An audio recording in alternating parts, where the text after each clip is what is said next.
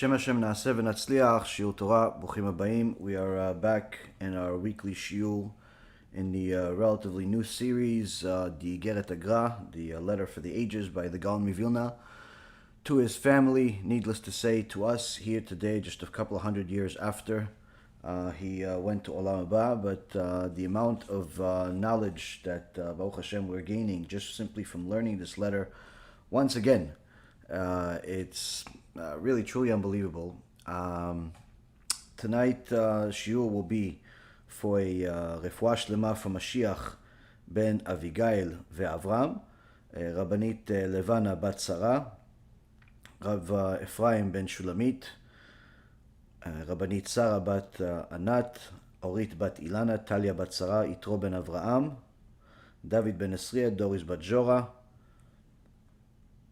and also for a Atzlacha Rabba for Joshua ben Noach, Brendel bat Fega, Yitzchak ben Chaya Brendel,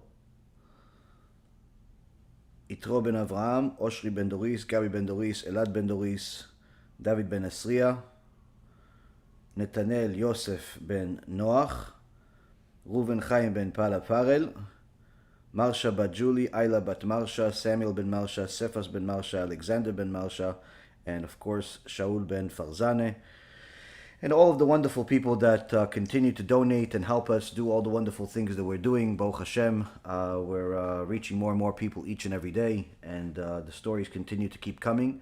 Anyone that saw the YouTube version of the shiur this week that we did saw a couple of just messages that I got from people. Baruch Hashem, they come every day, but there's not enough time in a day to really show every one of them. But nonetheless, a couple of really good stories that touched the heart. One of them specifically came from one of my dear friends, Rav Mitnik, he in Lakewood, who sent me a mail and told me, listen, I had a bachur that told me, Hashem Yishmor, that he's been pogem abrit, he's been falling for the sin of immorality for 5 years straight, twice a day, Hashem Yishmor. And this is one of those cases where it's for those that are not knowledgeable, it's almost like a lost case.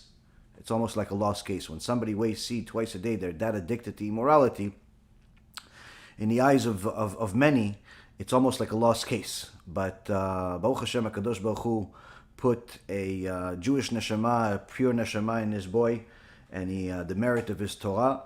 And after Rav Mitni gave him my CD, our CD, your CD that you donate for and publicize, gave him the CD. The kid, he wrote it himself, and you see it in the shiur. It's on the screen. 5 lectures in, he's cured forever. Simply says, I'm never going to look at it again. Needless to say, waste seed. Because, simply put, the majority of the generation does not know the magnitude of the damage that it causes. Everyone understands there could be something wrong with it, even if they've never learned a word of Torah, because of the feeling that you get when a person is immoral. And then waste seed especially is a horrible feeling. It's I've never taken drugs in my life, Baruch Hashem, but from what I understand, it's similar to how the down that a person gets after he gets off the high.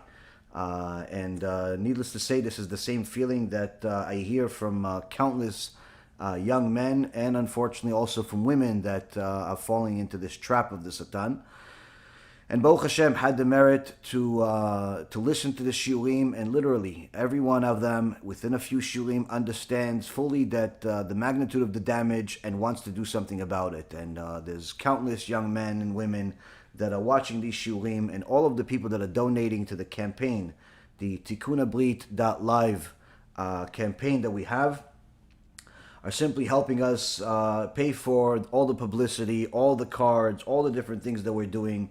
I mean, the budget for publicizing this thing is something that we couldn't even imagine a year or two ago to spend. But Baruch Hashem, tens of thousands of dollars are being spent every single month to get these shiurim everywhere, in every corner of the world. Just a week and a half ago, 2 weeks ago, we sent out 100,000 of these cards. 100,000 of these cards to different places. And in addition to probably around 50, 60,000 cards that we gave to people. Anyone that wants to order these cards, give them in their community. They're on the website. Order it. And for all the people that are saying, oh, listen, I can't believe shipping is $50. Don't worry about shipping. We always include more than what you ordered. We always include everybody that gets the packages. They're always thanking us. Oh, I can't believe you increased my order so much. It was double what I asked for. It's this, it's that. Oh, Hashem.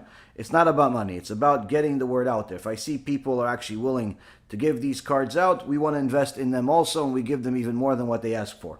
Simply, it's a ticket to Olam Haba. To ticket to Olam Haba, it's a simple card that you can give people. You can put it in a Beit Knesset, in a Judaica store. Someone watches these 2 lectures that are on this QR code, and they could save themselves a lot of pain, both in this world and the next.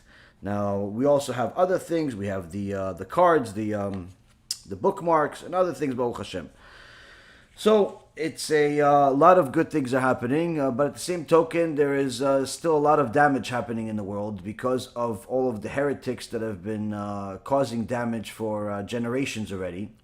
For anyone who doesn't know, there is a fake religious calls himself modern Orthodox, but I don't think he's the Orthodox is really part of it. Maybe modern, nothing Orthodox. In the Israeli government, this guy Rasha Merusha named Naftali Bennett, who even Rav Ovadia years ago, when he was still alive, said that him and the other lefty liberal anti-Torah Lapid were against the Torah. Both the fake Orthodox and Lapid, the anti-Torah person, are both against the Torah.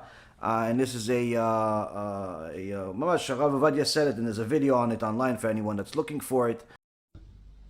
Lapid, ובנט, כמה שונאי תורה, רוצים לבטל את בני הישיבות מהתורה שלהם, רוצים לגייס אותם לצבא, פתאום כולם צועקים, רוצים משטרת סתיו,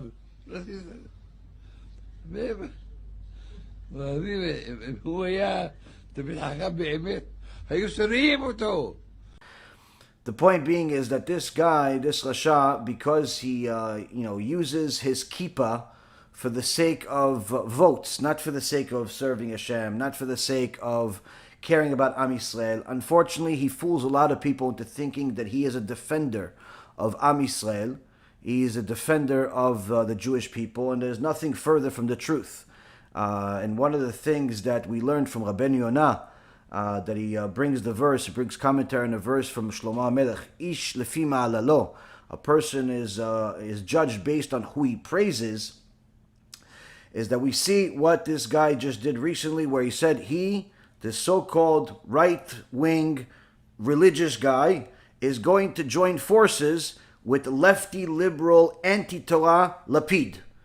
And they're going to make a joint government in order for, both of them to be prime ministers at different times. A person that chases kavod, that chases honor, will even sell his own parents and his own nation for it, and that's actually what's happening. And if not even 24 hours passed before they already showed their color of what they're planning on doing, where one of their people in the left put a law into vote. What's the law?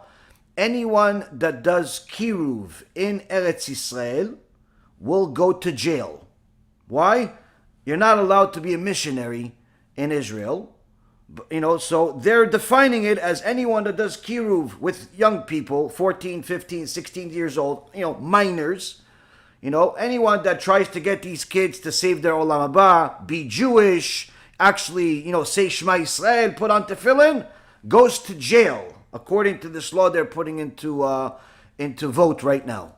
But yet, did they pick any Christian missionaries in this ballot? Did they put any Christian missionaries on there? Absolutely not. Are the Christian missionaries allowed to celebrate in the streets and missionize as much as they want? even inside the Jewish Haredi communities? Absolutely. Are they continuing to build fake buildings and call them yeshivot just to train the missionaries to missionize the Jews in Israel? Absolutely. Anybody from government, Lapid or Bennett or any of the other Reshaim say anything about it? Even Bibi Netanyahu, do you think he said anything about it? Absolutely not. One of his main guys is a Christian missionary. The guy that has a YouTube channel, I keep forgetting his name.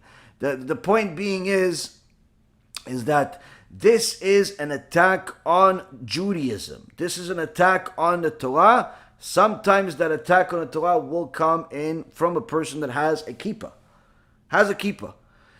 Why? Because they care less about the Torah. They only care about votes. And unfortunately, you'll see that other fools are falling for the trap as well. Even there was an interview by Ephraim Goldberg and the rest of his colleagues interviewing and celebrating the fact that they were able to interview Naftali Bennett just a couple of weeks ago. Celebrating that they were able to interview him, celebrating the words that he said. Oh, I understand. Rabotai Karim, if Rav Ovadia, the Gdol Ador, said a person is a Rasha, he didn't say it lightly. And when you hear what the Gaon of Vilna says about the choice of your words that you have, when you hear the magnitude of his words today, you'll understand what I mean. When Rav Ovadia says that someone's a Rasha, he didn't say it lightly. Why? Because he knew what comes with it if he's wrong, chas v'shalom.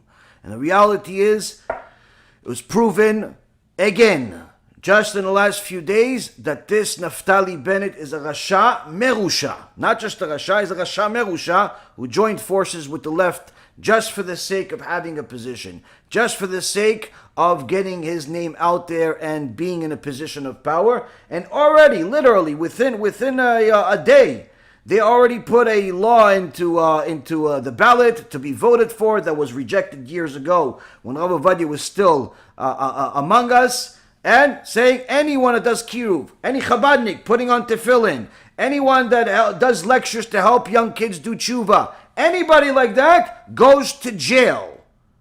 This is worse than Greece 2,000 years ago. This is Haman. 100% Haman. And Rabotai Karim, the amount of damage that such a thing can cause is beyond any way to quantify. Beyond.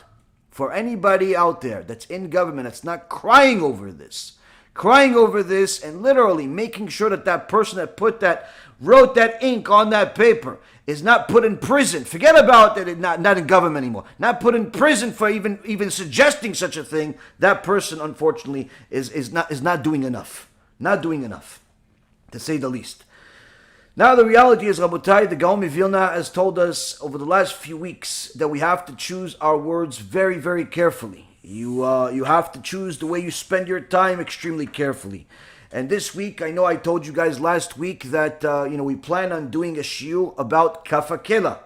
That was really a plan that I wanted to have because last week the Gaon of Vilna scared us to death by telling us that by us simply talking things that are mundane, simple things, wasted words, this is going to give, unfortunately, strength to the kafakela that we put in if we don't start doing tshuva. So we're not talking about the sins of lashon hara, of lying, cheating, cursing. No, that we'll talk about today. Here, the Gaon of Vilna said, kafakela is not something that's so far away from your average person, unfortunately. Why? Because the average person is not careful about how they choose their words. And this is a letter he's writing to a tzadikah, his wife. He's not writing it to some gangster. He's not writing it to a 15-year-old that can't stop cursing. He's not writing it to them. He's writing it to his wife who was a tzadikah. Now, although I did want to do a shiur about kafakela, I'm not ready yet. It's a very big sugya. There's a lot of information. And one of the things that we ended up realizing and finding out through learning the sugya is that it's not as simple as we always thought, meaning that there's not only one version of kafakela.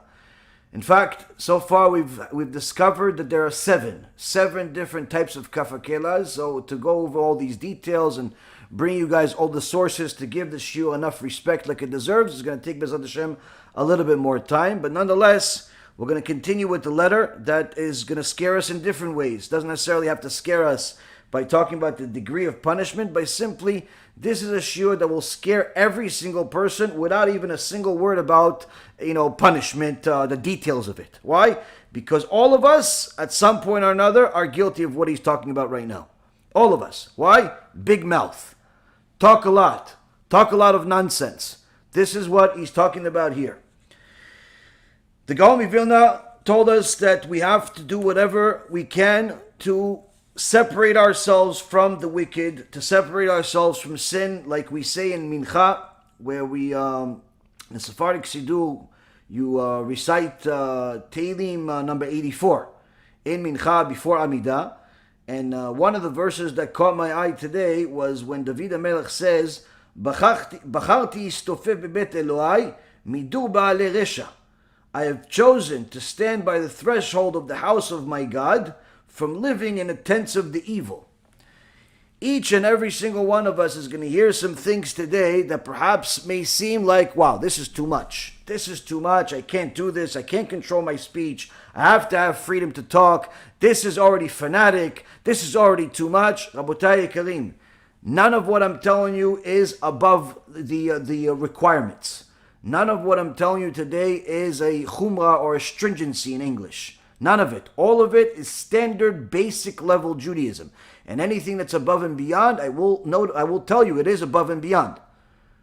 Because the reality is, this is a responsibility that each and every single one of us have in order for us to simply be ethical and decent people. Meaning this also applies to non-Jews, to Noahites, to be careful with their speech. Because if you're not careful with your speech, it is very, very simple to fall into the trap of the Satan and start destroying your and other people's lives on a regular basis, just by simply being alive and next to people talking.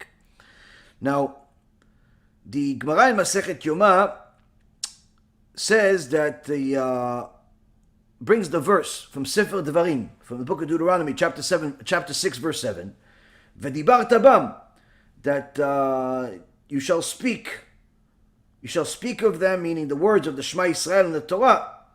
So the Gemara in Masechet Yoma says that here we see that technically a person has only a permission to speak of the Shema Yisrael and speak the words of Torah. And no trivial matters, no nonsense, no anything like that. But Rashi comes, and that's in essence what we paskin here, and that the talk that it's forbidden is idle chatter of children and conversations of levity. Simply talking smack, talking about nothing, talking about things that don't actually matter in your life, whether it be politics or it be sports, or it be how much money your friend makes, or how much money some celebrity makes, or the way people look, and what you ate for dinner 3 weeks ago at some fancy restaurant. All of these things are considered completely idle talk of children, in essence, in as we said last week, complete nonsense or shtuyot. But also Rashi warns about talking in a fashion where there's levity, there is you're joking around, you're making fun of things, you're simply, wasting your life by being a clown. This is one of the things we'll go into a little bit more detail later today, B'ezrat Hashem. But Rabbi Yonah in his commentary on the Gemara Masechet Brachot, page 9b, says no. This is actually, this Dibarta Bam, this pasuk in the Torah, is really referring to empty words. Meaning it's not just the words of children and words of levity, but rather even simply words that are just unnecessary. And it looks like the Gaon of Vilna is, that's how he paskins himself. Either way, we see that whether it's the Rabbeinu Yonah and the Vilna Gaon version, or it's the Rashi version. Either way, we have to become much more careful with our choice of words on a daily basis. How we communicate with the public, how we communicate with our colleagues, how we communicate even with our children and our wives. This does not mean that you should become someone that just antisocial, never talk to another soul again, but simply choosing your words carefully. Now, here the sefer that I think is really exceptional that you should get. It gives commentary on this letter. It's the Iggeret HaGra. It's a publication by Art Scroll. Has a lot of fantastic stories and commentary from different places, which of course, b'darkenu b'kodesh, in our way of holiness, we always are going to elaborate further than what the book is saying. But nonetheless, this sefer is bringing a couple of wonderful stories where it says, look, there is a story about the Chassid, Rabbi Lapidot, who once testified that his teacher, the Ramak, saw in a dream Rabbeinu Shoshan. And when he saw him in a dream, his face was shiny like the sun, and each strand of his beard was like a fiery torch of holiness. And the Ramak asked him, how did you merit to have this image that you have in Olam Haba? Complete fire of holiness. And Rabbeinu Shoshan says, this is the reward that I got for choosing to remain silent and always being careful with unimportant speech. So here we see that the significance of choosing your words carefully and not being like one of these big mouths that likes to talk about absolutely nothing all day, every day, whether via video and magnifying the damage or simply privately, a person gets rewarded significantly for choosing his words carefully. But I believe personally that the biggest reward is simply not getting the punishment. Now, Rabbi Hillel Kagan also testified that in the 10 years that he was the Gabbai of Rabbi Shimon Shkop. Rabbi Shimon Shkop was the Rosh Yeshiva of Telz, and also the author of Sharei Yosher, Sefer Sharei Yosher, lived about 150 years ago. And he was actually also one of the Rabbanim of Rav Wasserman, Rav Elchanan Wasserman. And Rabbi Shimon Shkop, he never heard from him a single meaningless word in the 10 years that he was with him. One time, not one word, not like nothing extra. These tzaddikim, Rabotai, worked really hard to choose their words carefully, not because they were antisocial, because they socialized with many people to help Klal Yisrael, to deal with many different things. But rather they knew the magnitude of the damage that comes with simply being careless about your words. And that's actually also why the Mishnah in Avot says, Chachamim tizaru b'divrechem, that Chachamim, especially people that have Torah in them, have to be very careful with their words. Because if you're not careful with your words, the Mishnah says, you're going to be leading all of your students to Gehenom. Similar to how these wicked people that we've discussed in the past are careless with their words, saying all types of heretical things in the name of themselves, or sometimes they mention big rabbis, but in reality, the big rabbis never said it. Like one example that somebody sent me yesterday, that one guy that's writing on the Chabad website is writing articles and is misquoting the Lubavitcher Rebbe, saying, oh, this is written in a Sefer HaSichot in the year 5741. Over there it's there. He's misquoting the whole thing. And he says all types of heretical things himself. In reality, the Lubavitcher Rebbe never said anything. But the average person is not going to look up the actual source. And anyone that does is not going to be able to find anything. Why? Because he's not quoting an actual real source. He's just quoting something. He's quoting something. The average person is not going to look at it. And that's also one of the things that a person that loves Torah has to get himself used to. You see a source, you have the book, open it up and look at it. You don't have the book, look it up online. You have to start looking up sources and really toiling over the Torah in order to inherit it, in order to acquire it. Now, another really interesting thing is that the Mishnah in Avot in chapter 6, Mishnah number 5, in the section that talks about how the crown of Torah, the crown of Torah is acquired. The crown of Torah is mentioned in Mishnah in Avot chapter 4, Mishnah number 13, where it says Keter Torah, about Keter Torah. Rabbi Yehuda is one of the great Tanaim, says Eve Zair beTalmud, Sheshkagat Talmud Ola Zadon. So Rabbi Yehuda says, be very careful with your learning, because if your learning, or rather your mislearning, is or lack of learning, I should say, your lack of learning leads to sins that are accidental, in Shamayim they will count it as if it's intentional sins. Why? Because if you're not learning Torah on purpose, instead of learning Torah you choose to watch a ball game.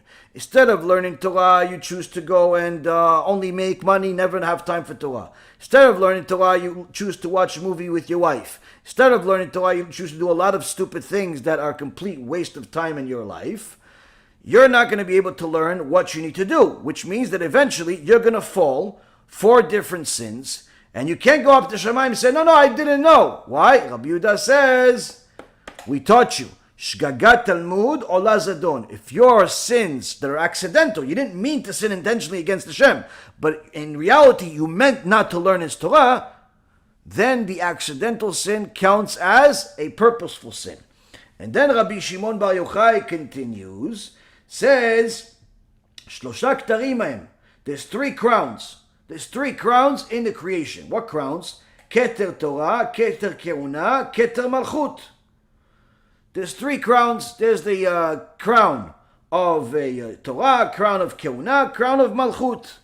Now, interestingly, none of us are going to be, or at least not that I know of, are going to be kings anytime soon.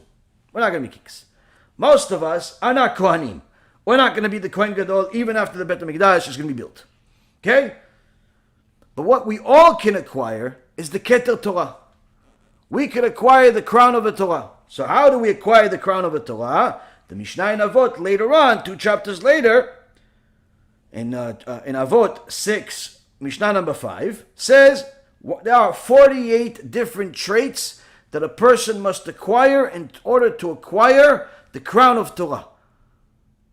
Now, if you've watched or listened to my Pirkei Avot series, you saw that we made several lectures about this particular Mishnah, because it's a very, very big Mishnah, and there's a lot of details in it. And I highly recommend you watch it along with the rest of the series of Musar Pirkei Avot.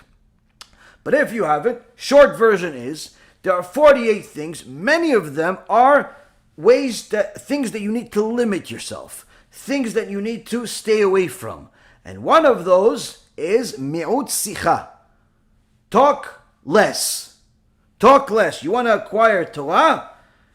Get used to minimal speech. Now, the Sarah Torah today, the Gdol Ador today, is Rav Chaim Kanievsky. Rav Chaim Kanievsky says in his Sefer Orchot Yosher, in a section called Bitul Torah, which was also translated to English, and this Sefer is fantastic. The first few pages, he talks about Midat HaEmet, the trait of Emet. He says this is the most difficult trait because it means that you have to constantly fight for the truth.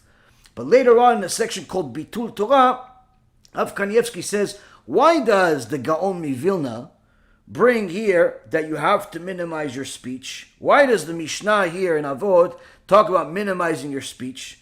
Of course, minimizing your speech is necessary for anyone that wants to stay away from sins. But he says also, even the occasional speech should be limited simply to preserve your sanity. Simply to preserve your sanity. Because if you talk a lot, you'll simply go insane. And it's very, very common today where you see people, especially people that like to talk a lot. You know, ladies like to talk a lot more than the men do. And you see that they're constantly frustrated or full of anxiety and worry and so on. Because as soon as something happens, they start publicizing it to the world. Oh, you hear what happened to me? Yeah, what happened to you? Do. Okay, fine. After a 40-minute conversation, okay, finished. Okay, I gotta go. Okay, fine. What am I gonna do now? I have to tell somebody else my story. Call somebody else. Okay, next person. You hear what happened to me? Do. 45 minutes later. Okay, finished. She's gone on to something else. Next one. All day she talks about what happened to her and what's happening to her, publicizing it to the whole world, destroying her life simply because she is driving herself insane. She's driving herself insane by talking so much. Why driving herself insane? Because you're adding more and more magnitude to the damage each time you repeat it, first and foremost. Second of all, you're adding more opinions, more anxious opinions, more disagreeing opinions, more contrary opinions to your life because you keep telling your different people. Not everybody's going to agree with you. Say, oh yeah, but you should have heard what happened to me then. And then you hear other people, and you talk and you talk and you talk, and you end up ruining your life. And then, of course, once your husband comes home, he doesn't want to talk because the last thing he wants to do after a long day of work is have a 45-minute conversation about something that you've talked about for 4.5 hours. But nonetheless, you start conversation with him as if he's been part of the conversation the whole day, and then you're surprised that your husband can't wait to leave the house the next day. It's simply drives people crazy. I'm not saying don't communicate, don't talk. You need to talk, but you need to choose your words carefully. You need to choose your words carefully. Publicizing your problems is never a good thing. Quite frankly, publicizing your successes isn't either. It's generally not a good thing. Why? You have a problem, you have a question, you have an issue. Oh, I'm not sure, somebody offered me a shidduch. Okay, somebody offered you a shidduch. And you call your friend. What do you think of the shidduch? Her father is this one, her brother is that one, this one is that one, her Rebbe is that one, her hair looks that way, her eyes look that way. What do you think? He gives you his opinion. Okay, fine. You call another friend. He gives you his opinion. You call another friend. Before you know it, you have 5 different friends, 10 different friends, 10 different opinions. And what ends up happening? You end up being 45 and alone. That's what ends up happening. People publicize their issues constantly and cause themselves insanity, as Rav Kanievsky says. Insanity. Now, Rabbi Chaim Volozhin, a Talmud of the Gra, writes a commentary on the Mishnah in Pirkei Avot, and he says that any superfluous speech heard by a person also brings a negative consequence because as each word enters his ears, it replaces the words of Torah that are in his mind. And the source that he brings it from is the Midrash Rabbah for Song of Songs, Shir HaShirim, chapter 1, verse number 3. So here we see that simply talking nonsense is damaging. The Gaon of Vilna, who was much more stringent than what Rashi is, he's saying, kafakela for wasting your time talking about nonsense. Kafakela, Rabotai. Once you hear about what kafakela is, we only touched it a little bit. We only touched it a little bit last week, and I already got a few people telling me I'm doing tshuva because they don't want to deal with it. I said simply, just be quiet. Don't ever talk. Just hearing what kafakela is a little bit, already scary enough. As Hashem will do a full shiur on it. It's going to be similar to the shiur we did about other big topics like that, especially since it doesn't really exist in English, to my knowledge. Now, just mundane talk, already tragedy. But now the Gaon of Vilna says, אבל בדברים האסורים, כגון לשון הרע, שקרים, חניפות, ליצנות, שבועות ונדרים, ומחלוקת וקללות.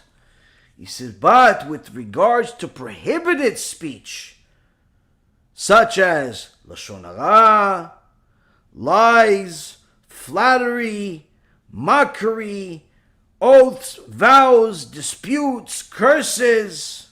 What a nightmare. Why a nightmare?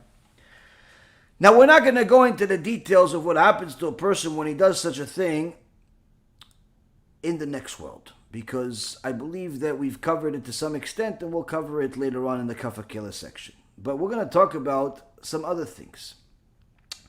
What are the Chachamim saying here to a person who is simply talking things, saying things that are forbidden? The Midrash Teilim, chapter 38, section 4, comments on the pasuk in Psalms 38:3 that says, Eshmera lefi machsom, that I will guard my mouth with a muzzle. David HaMelech is saying that he will remain silent and not speak unimportant words. But then the Midrash explains the verse in Proverbs chapter 15 verse 4, Marpe lashon etz chaim, that the soothing tongue is a tree of life, which is referring to Torah, and concludes that Hashem gave the Torah to Klal Yisrael, only that they would not engage in unimportant things. See, here the Sofer of the Sefer says this is something out of this world. Why? Until now, the standard pshat, the simple understanding of why Hashem gave us Torah, was that He's going to sanctify us. We're going to do good things. We're going to do good things. We're going to serve Hashem. We're going to make ourselves holy. We're going to do mitzvot. We're going to learn about who we are. We're going to learn about what we need to do, what our job in the world is, and so on. But here the Midrash says, no, it's not just that. It's also because one of the primary purposes of learning Torah is so that you do not fall into the sinful habit of talking worthless things. When you learn Torah, there's no time for wasting. Unfortunately, unless you're learning with people that are just clowns. So here we see that one of the main things of learning Torah, one of the main benefits of learning Torah is that it keeps your mind and your mouth away from forbidden speech. There's a famous story of a Chassid that came to the Klausenberger Rebbe, and I believe it was the Klausenberger Rebbe, maybe a different Rebbe, but nonetheless it's one of the great Rebbes in Chassidut, and came to him after 15 years of suffering, surgery after surgery after surgery after surgery. Now everyone knows that the Klausenberger Rebbe, who was somebody that literally did not even, shouldn't even be considered a regular human being. Anyone that reads the bio of the Klausenberger Rebbe sees this is not a regular person. This is within the first 3 words. Kodesh Kodeshim. Kodesh Kodeshim. I've told you a few stories about them. I've even showed you excerpts of him praying a simple mincha, daily mincha. Just listening to him pray, you literally start crying hysterical because that's what he's doing. Now, he comes to the Rebbe and he says, Kvod Harav, I've had endless amount of surgeries. They keep cutting me up and they can't find the cure. They can't find what's wrong, but they keep having more and more surgeries on me. I don't know what to do. The Rebbe says to him, without skipping a beat, Mamash Ruach HaKodesh. He says to him, if you stop cutting people up on your Shabbat table, Hashem will stop cutting you up.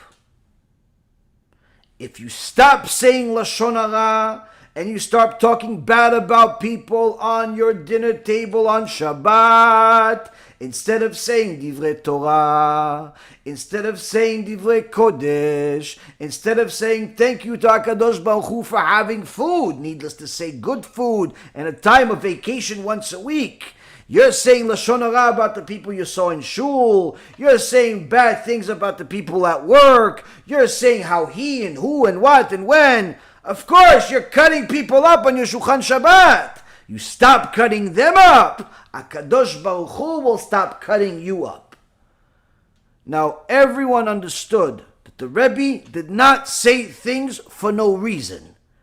And that Chassid was smart enough to realize this is like HaKadosh Baruch Hu just spoke to me. At that moment, he took it on, and the whole family took it on. Say, no more forbidden speech. No more nonsense speech. Only Divrei Torah and Shulchan Shabbat. Only Divrei Torah. And of course, without question, the surgery he was scheduled to have, cancelled, no need for it, fully cured after 15 years of countless surgeries. And anyone that knows how often the doctors want to cut you knows that in 15 years you can fit in a lot of surgeries, Hashem Yishmor. You can fit in a lot of surgeries. 15 years of surgery and no diagnosis. Stopped simply by stopping forbidden speech. And not only forbidden speech on Shulchan Shabbat, on the dinner table of Shabbat. So now, there are different types of forbidden speech. Everyone in creation knows about them.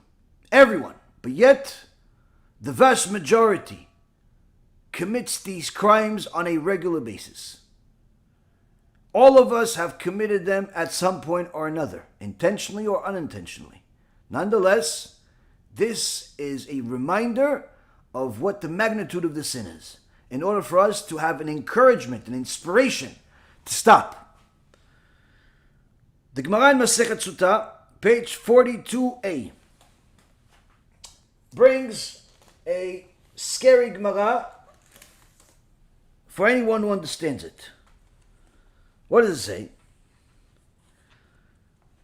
Rabbi Yirmiyah bar Abba says, Arba'a kitot en mekablot pnei shechina, kat letzim, kat chanfanim, kat shkarim, v'kat mesapre lashon hara. 4 classes of sinners do not receive the divine presence. Meaning, not just sinners that are, don't keep Shabbat. No. Even people who learn Torah, a lot of Torah, and made a lot of good deeds, and have an extraordinary resume of chesed and mitzvot and so on. But if these people commit one or all of these specific sins, they will never receive the divine presence. They're never going to be allowed to see HaKadosh Baruch Hu, which everyone merits. All the tzaddikim merit to see HaKadosh Baruch Hu once they leave this world, if they're tzaddikim. It's one of the greatest presents in the world, is to see HaKadosh Baruch Hu. We can't see him while we're alive. As there's a pasuk in the Torah, no person that's alive no person can see Hashem and stay alive. That's why Am Yisrael died at Mount Sinai. Midrash says that HaKadosh Baruch Hu showed them his voice and himself at Mount Sinai.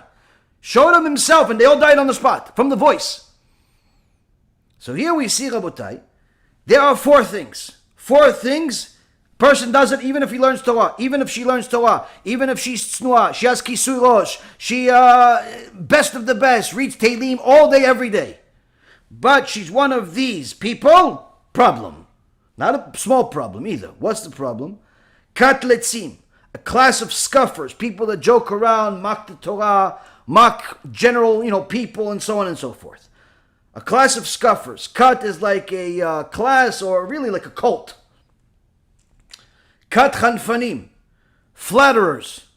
People that are flatterers, they kiss up to people. They call everybody, give them, all types of descriptions that don't belong to them. The guy's a mechalel Shabbat, but he calls him tzaddik. The guy is a thief, but he calls him, listen, you have a special neshama, makes people feel good and so on. Not allowed to do that. People that are kiss-ups, not allowed. Flatterers. Next one, shakranim. Class of liars, people that are liars. People that are liars, you like to lie. People ask you, you're going to be here soon? Yeah, 5 minutes. You know for sure you haven't left the house. You're not going to be there for an hour and a half. But you've grown accustomed to lying so much, it's not really a big deal for you.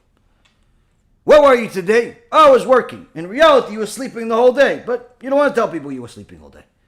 And you've come accustomed to lying. Somebody calls the house. Oh, tell them I'm not home. You tell your kid to tell them you're not home.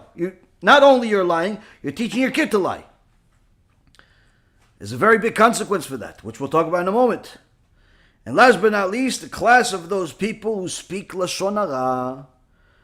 Class of people who speak Lashon Hara, Rabotai. So now, we're going to go into each one and dissect each one. What do the Chachamim say about this? The Chazon Ish says in his Sefer that we are actually having a series on. The Sefer Emunah V'Bitachon. We are already up to lecture, I believe, 44 or so. It's been an extraordinary Sefer.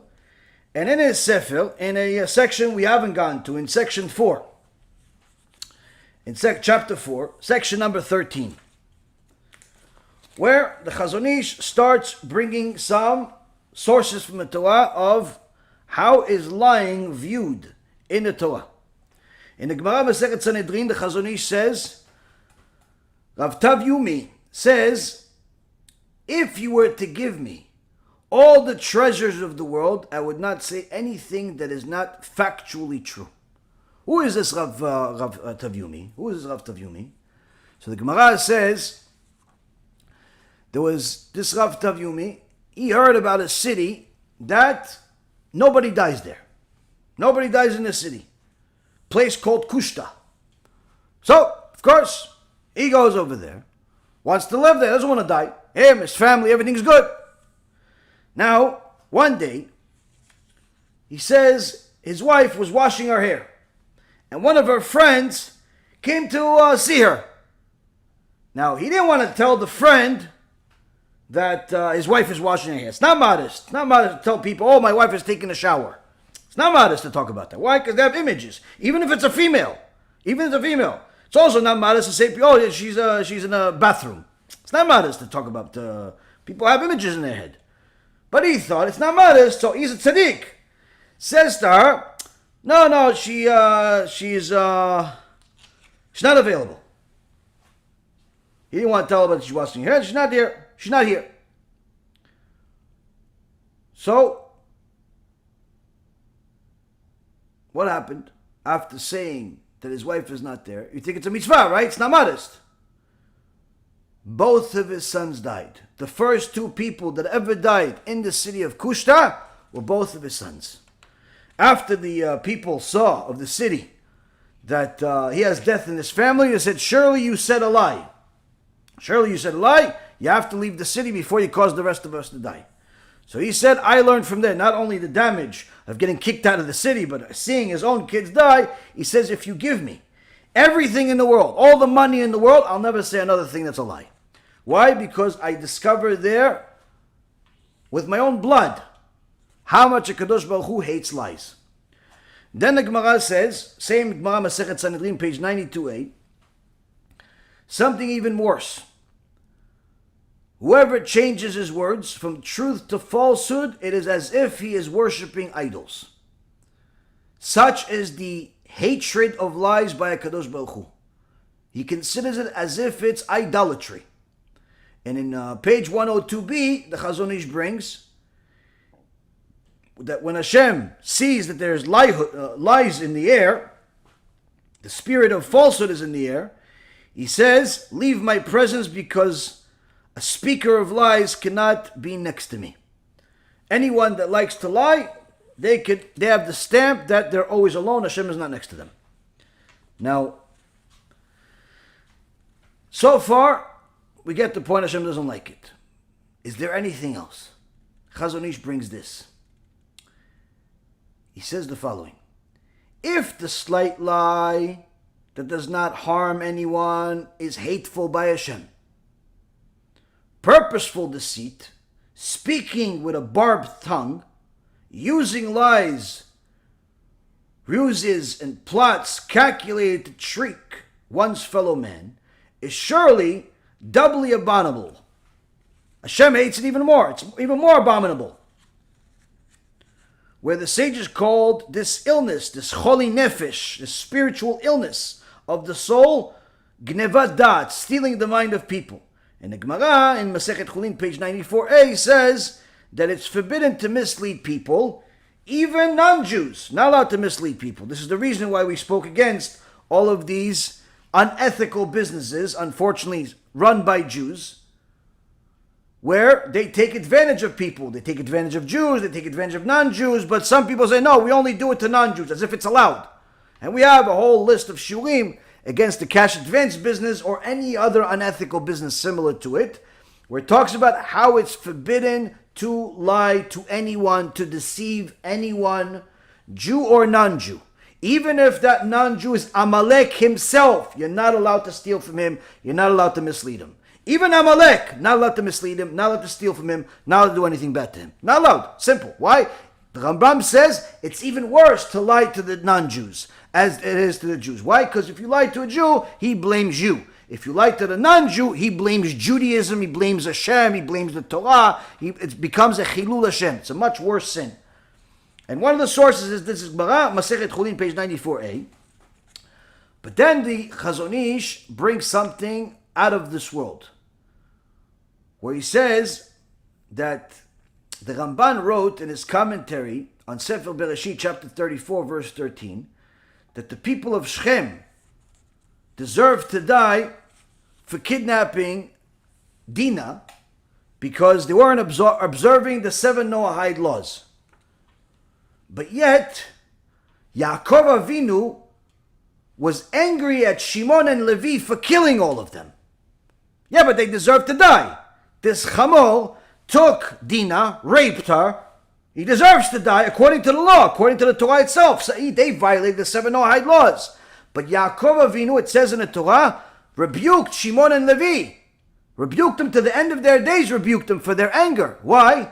Because they did it in a deceiving manner by making these goyim believe that they're going to become friends and they're going to marry each other's daughters after they do a brit milah, after they do a circumcision.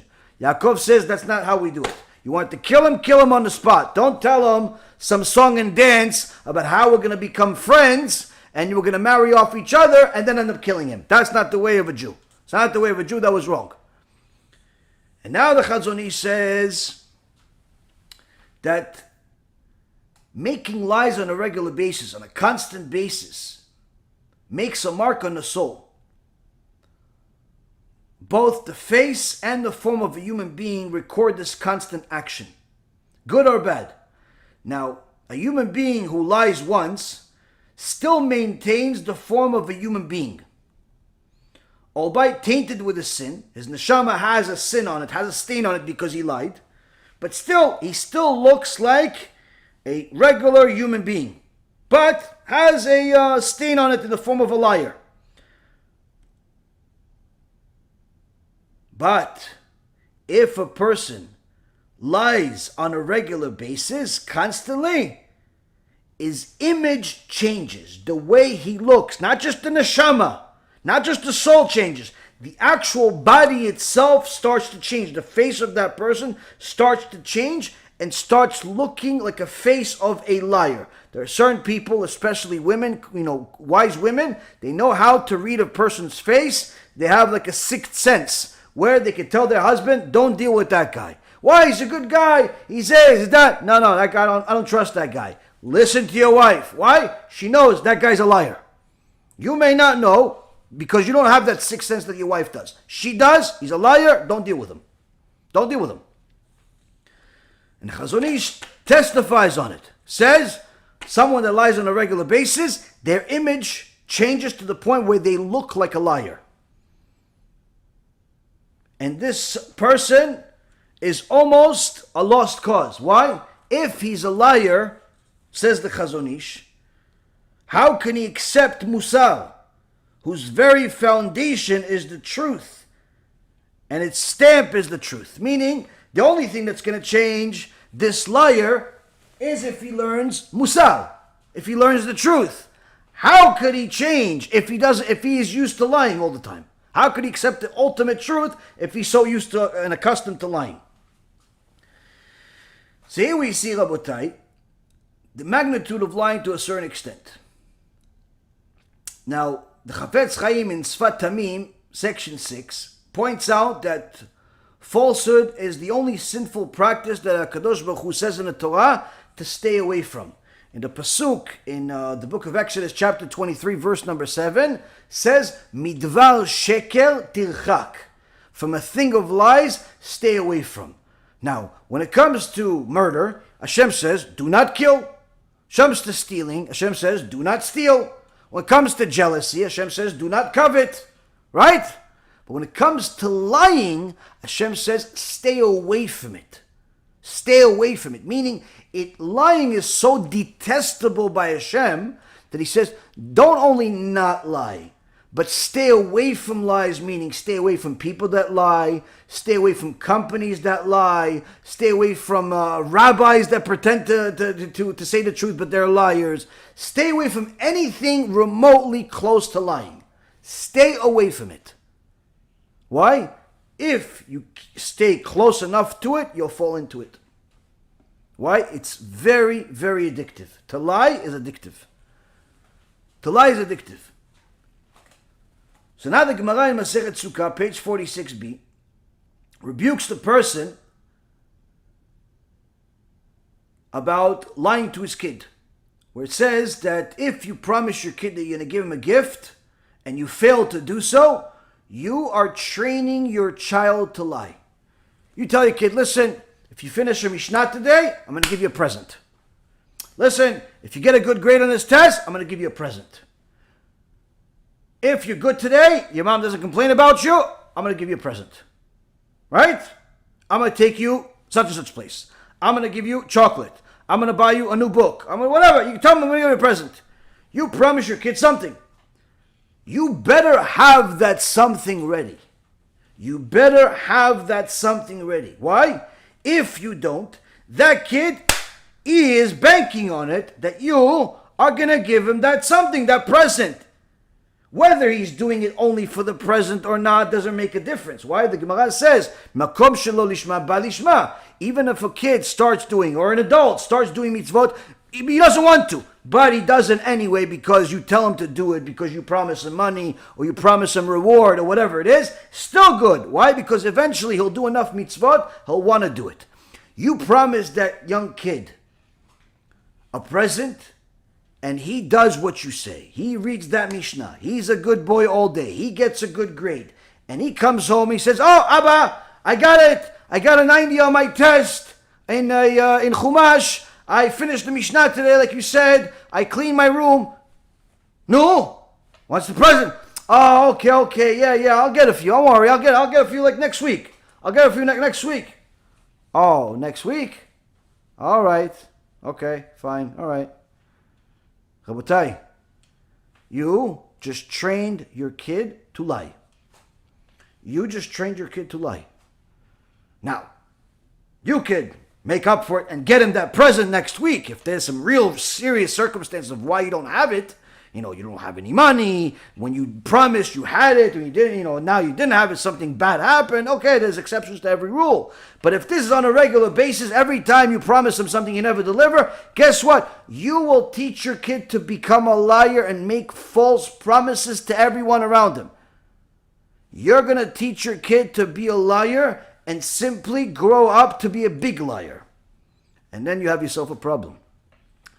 There was a story that came out from the religious community, unfortunately, a few years ago, where there was a so-called religious guy that took the money of a bunch of people in a community and told them he's investing in it. He's investing it in real estate and stocks and different things. He's going to make them a lot of money. And he gathered up millions of dollars from people. And as you would have it, eventually it was discovered as a Ponzi scheme. I believe I was still in the business world when this happened, so it's been a while. Or maybe I was newly religious, but nonetheless, I know this story happened for a fact. I read it in the papers and so on, or online, wherever it was. So anyway, one day it was discovered this guy took millions and millions of dollars from the religious community, and the whole thing was a scam. It was like a Ponzi scheme, not as big as Bernie Madoff, Yimach Shemo V'zichro, Rasha, that destroyed a lot of people. But nonetheless, still destroyed a lot of families. Millions and millions of dollars.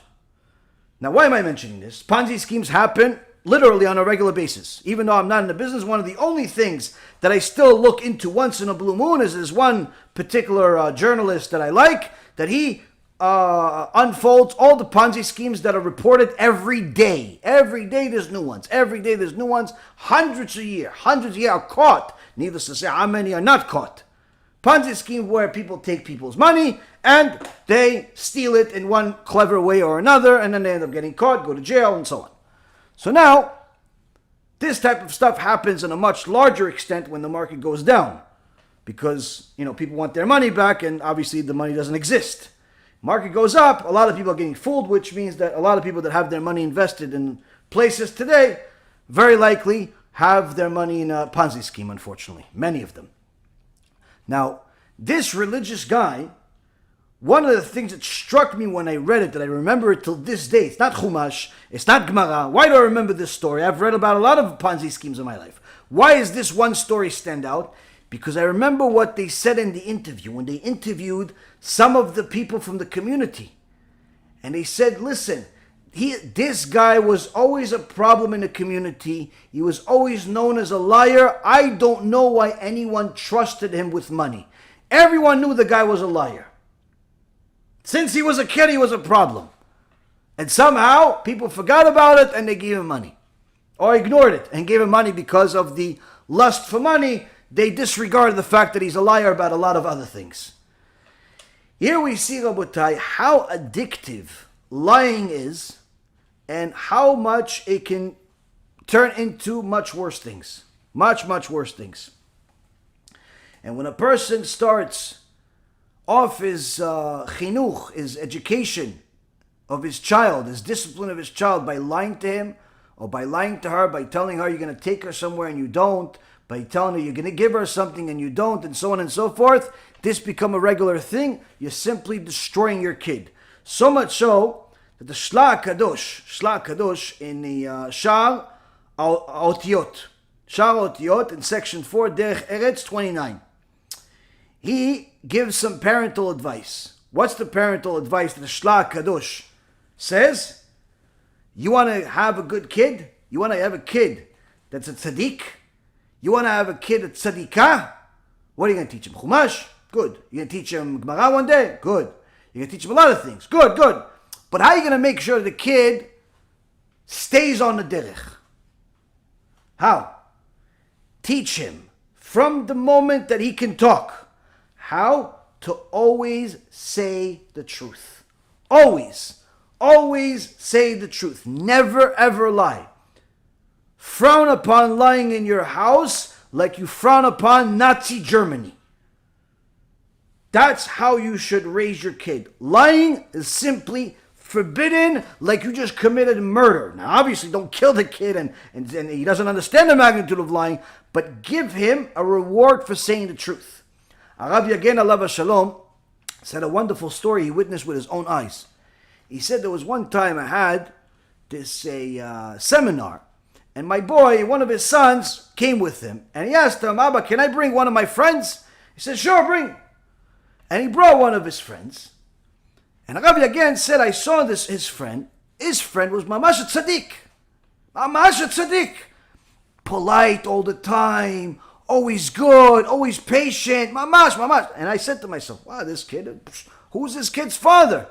What a tzaddik this kid is. He says sometimes you see, your kid is good, but you have some other kid, Mamash a diamond. And you get a little jealous a little bit. Like, how did he get his kid to be such a tzaddik? He said, I started following this kid. I wanted to see, what does he do? How is it? Is he really a faker, pretending to be a tzaddik because he sees me, I'm a rabbi? What does this kid do? So he started following the kid throughout the Shabbaton. And one of the times he sees the kid walks away, and he takes something out of his pocket, a little piece of paper, and he reads it. And he puts it back in his pocket.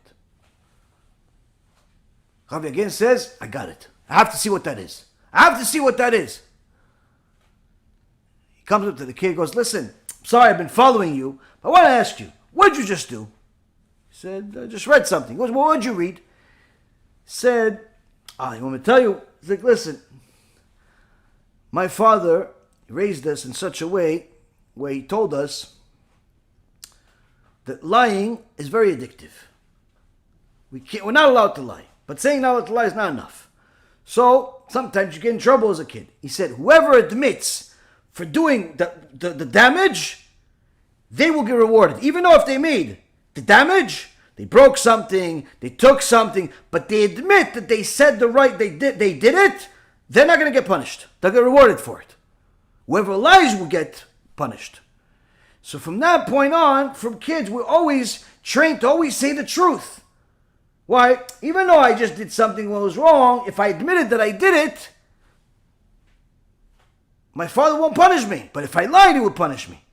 But then we have to have something to constantly remind us of this. So my father says, everybody get a little bit of musar, a little couple statements of musar, write it on a piece of paper and take it with you all day. Anytime you have a break, read these two things of musar once a day.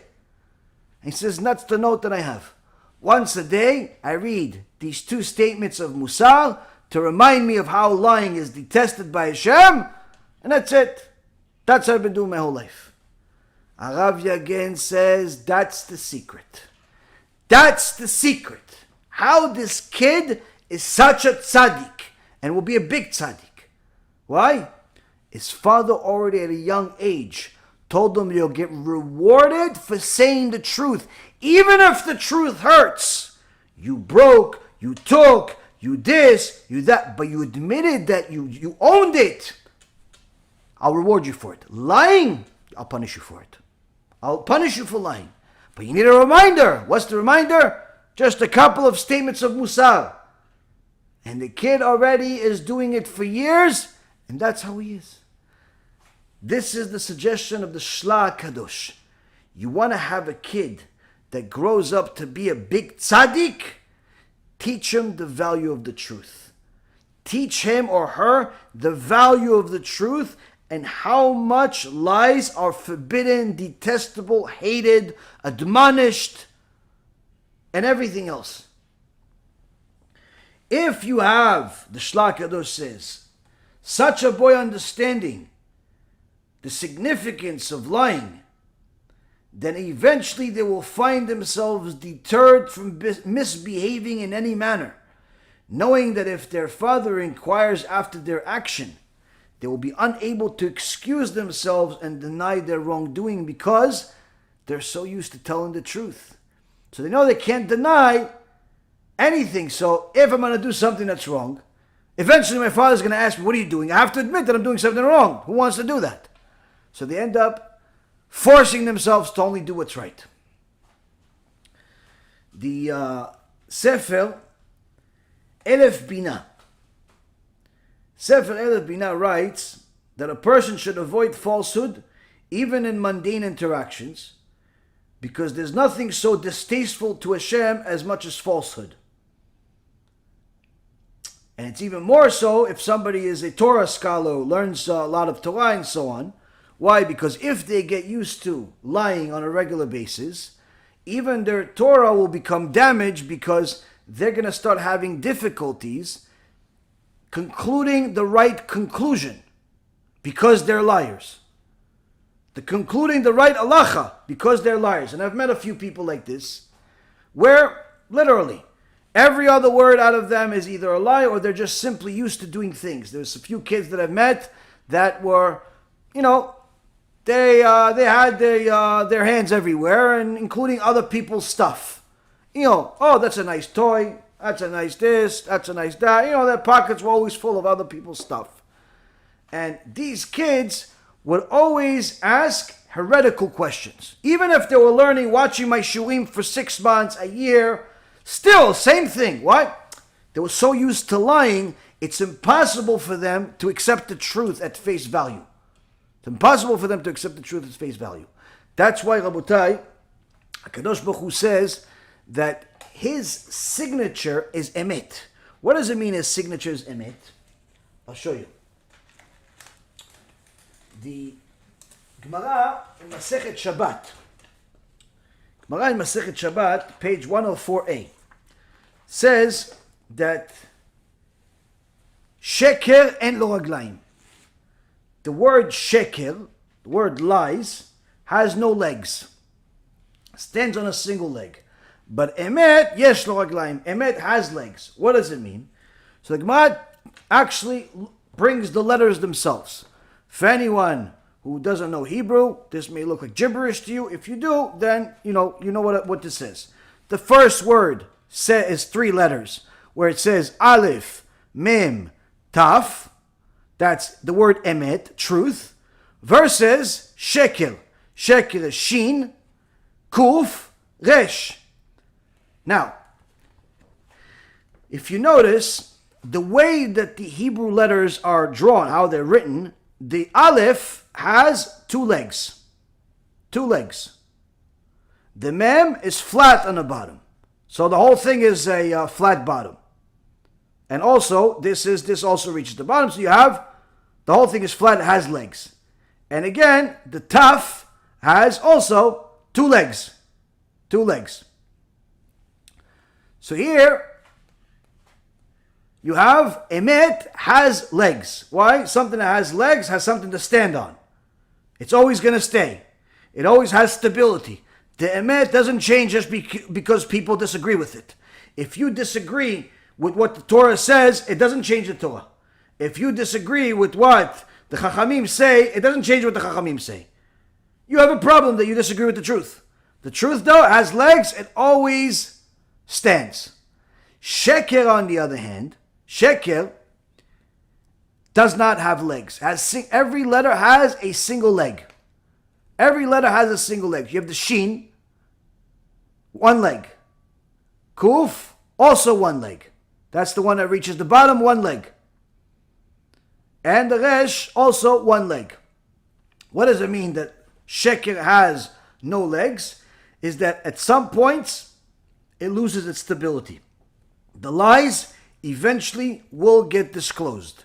The lies will eventually come out. The lies, Rabotai, the secrets, all of those things will eventually come out.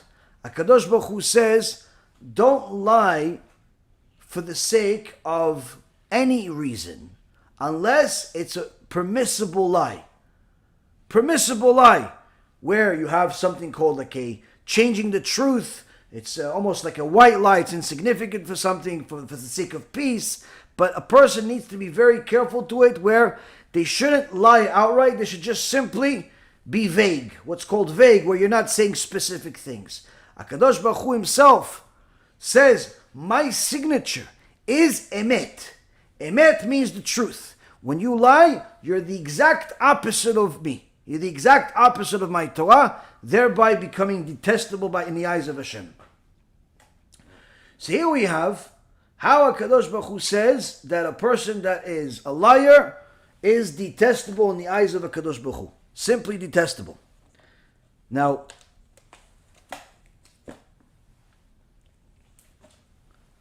the next thing that we go into is flattery. This, unfortunately, is very common. Very common, where people like to flatter customers, like to flatter students, rabbis, donors, rich people. People like to flatter people.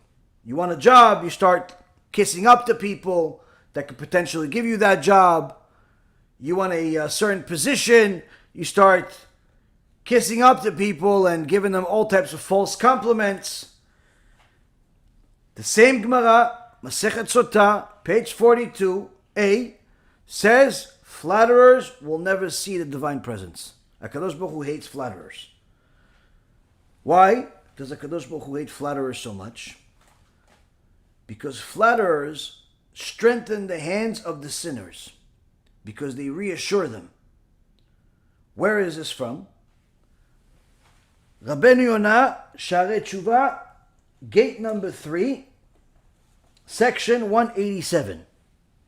He has a whole section about Kat Achanefim, the cult of liars, of flatterers. What does he write about them? Rabbeinu Yonah, 800 years ago, one of the descendants of the Ramban, one of the great students of the Rambam, his whole Sefer Sharei Tshuva was written because of his tshuva for the misspeaking that he had against the Rambam initially, when he didn't realize that he was the biggest sage in the world, and joined a bunch of people that went against the Rambam. And then he did tshuva for the rest of his life, going from city to city, admitting his mistake in every single community, just in case somebody heard the bad words that he said about the Rambam. And on top of it, saying the Rambam is the Gedol Adol, he's a tzaddik, he's this, and all of the truth about the Rambam. Now he writes the Sharei Tshuva is, in essence, his tshuva.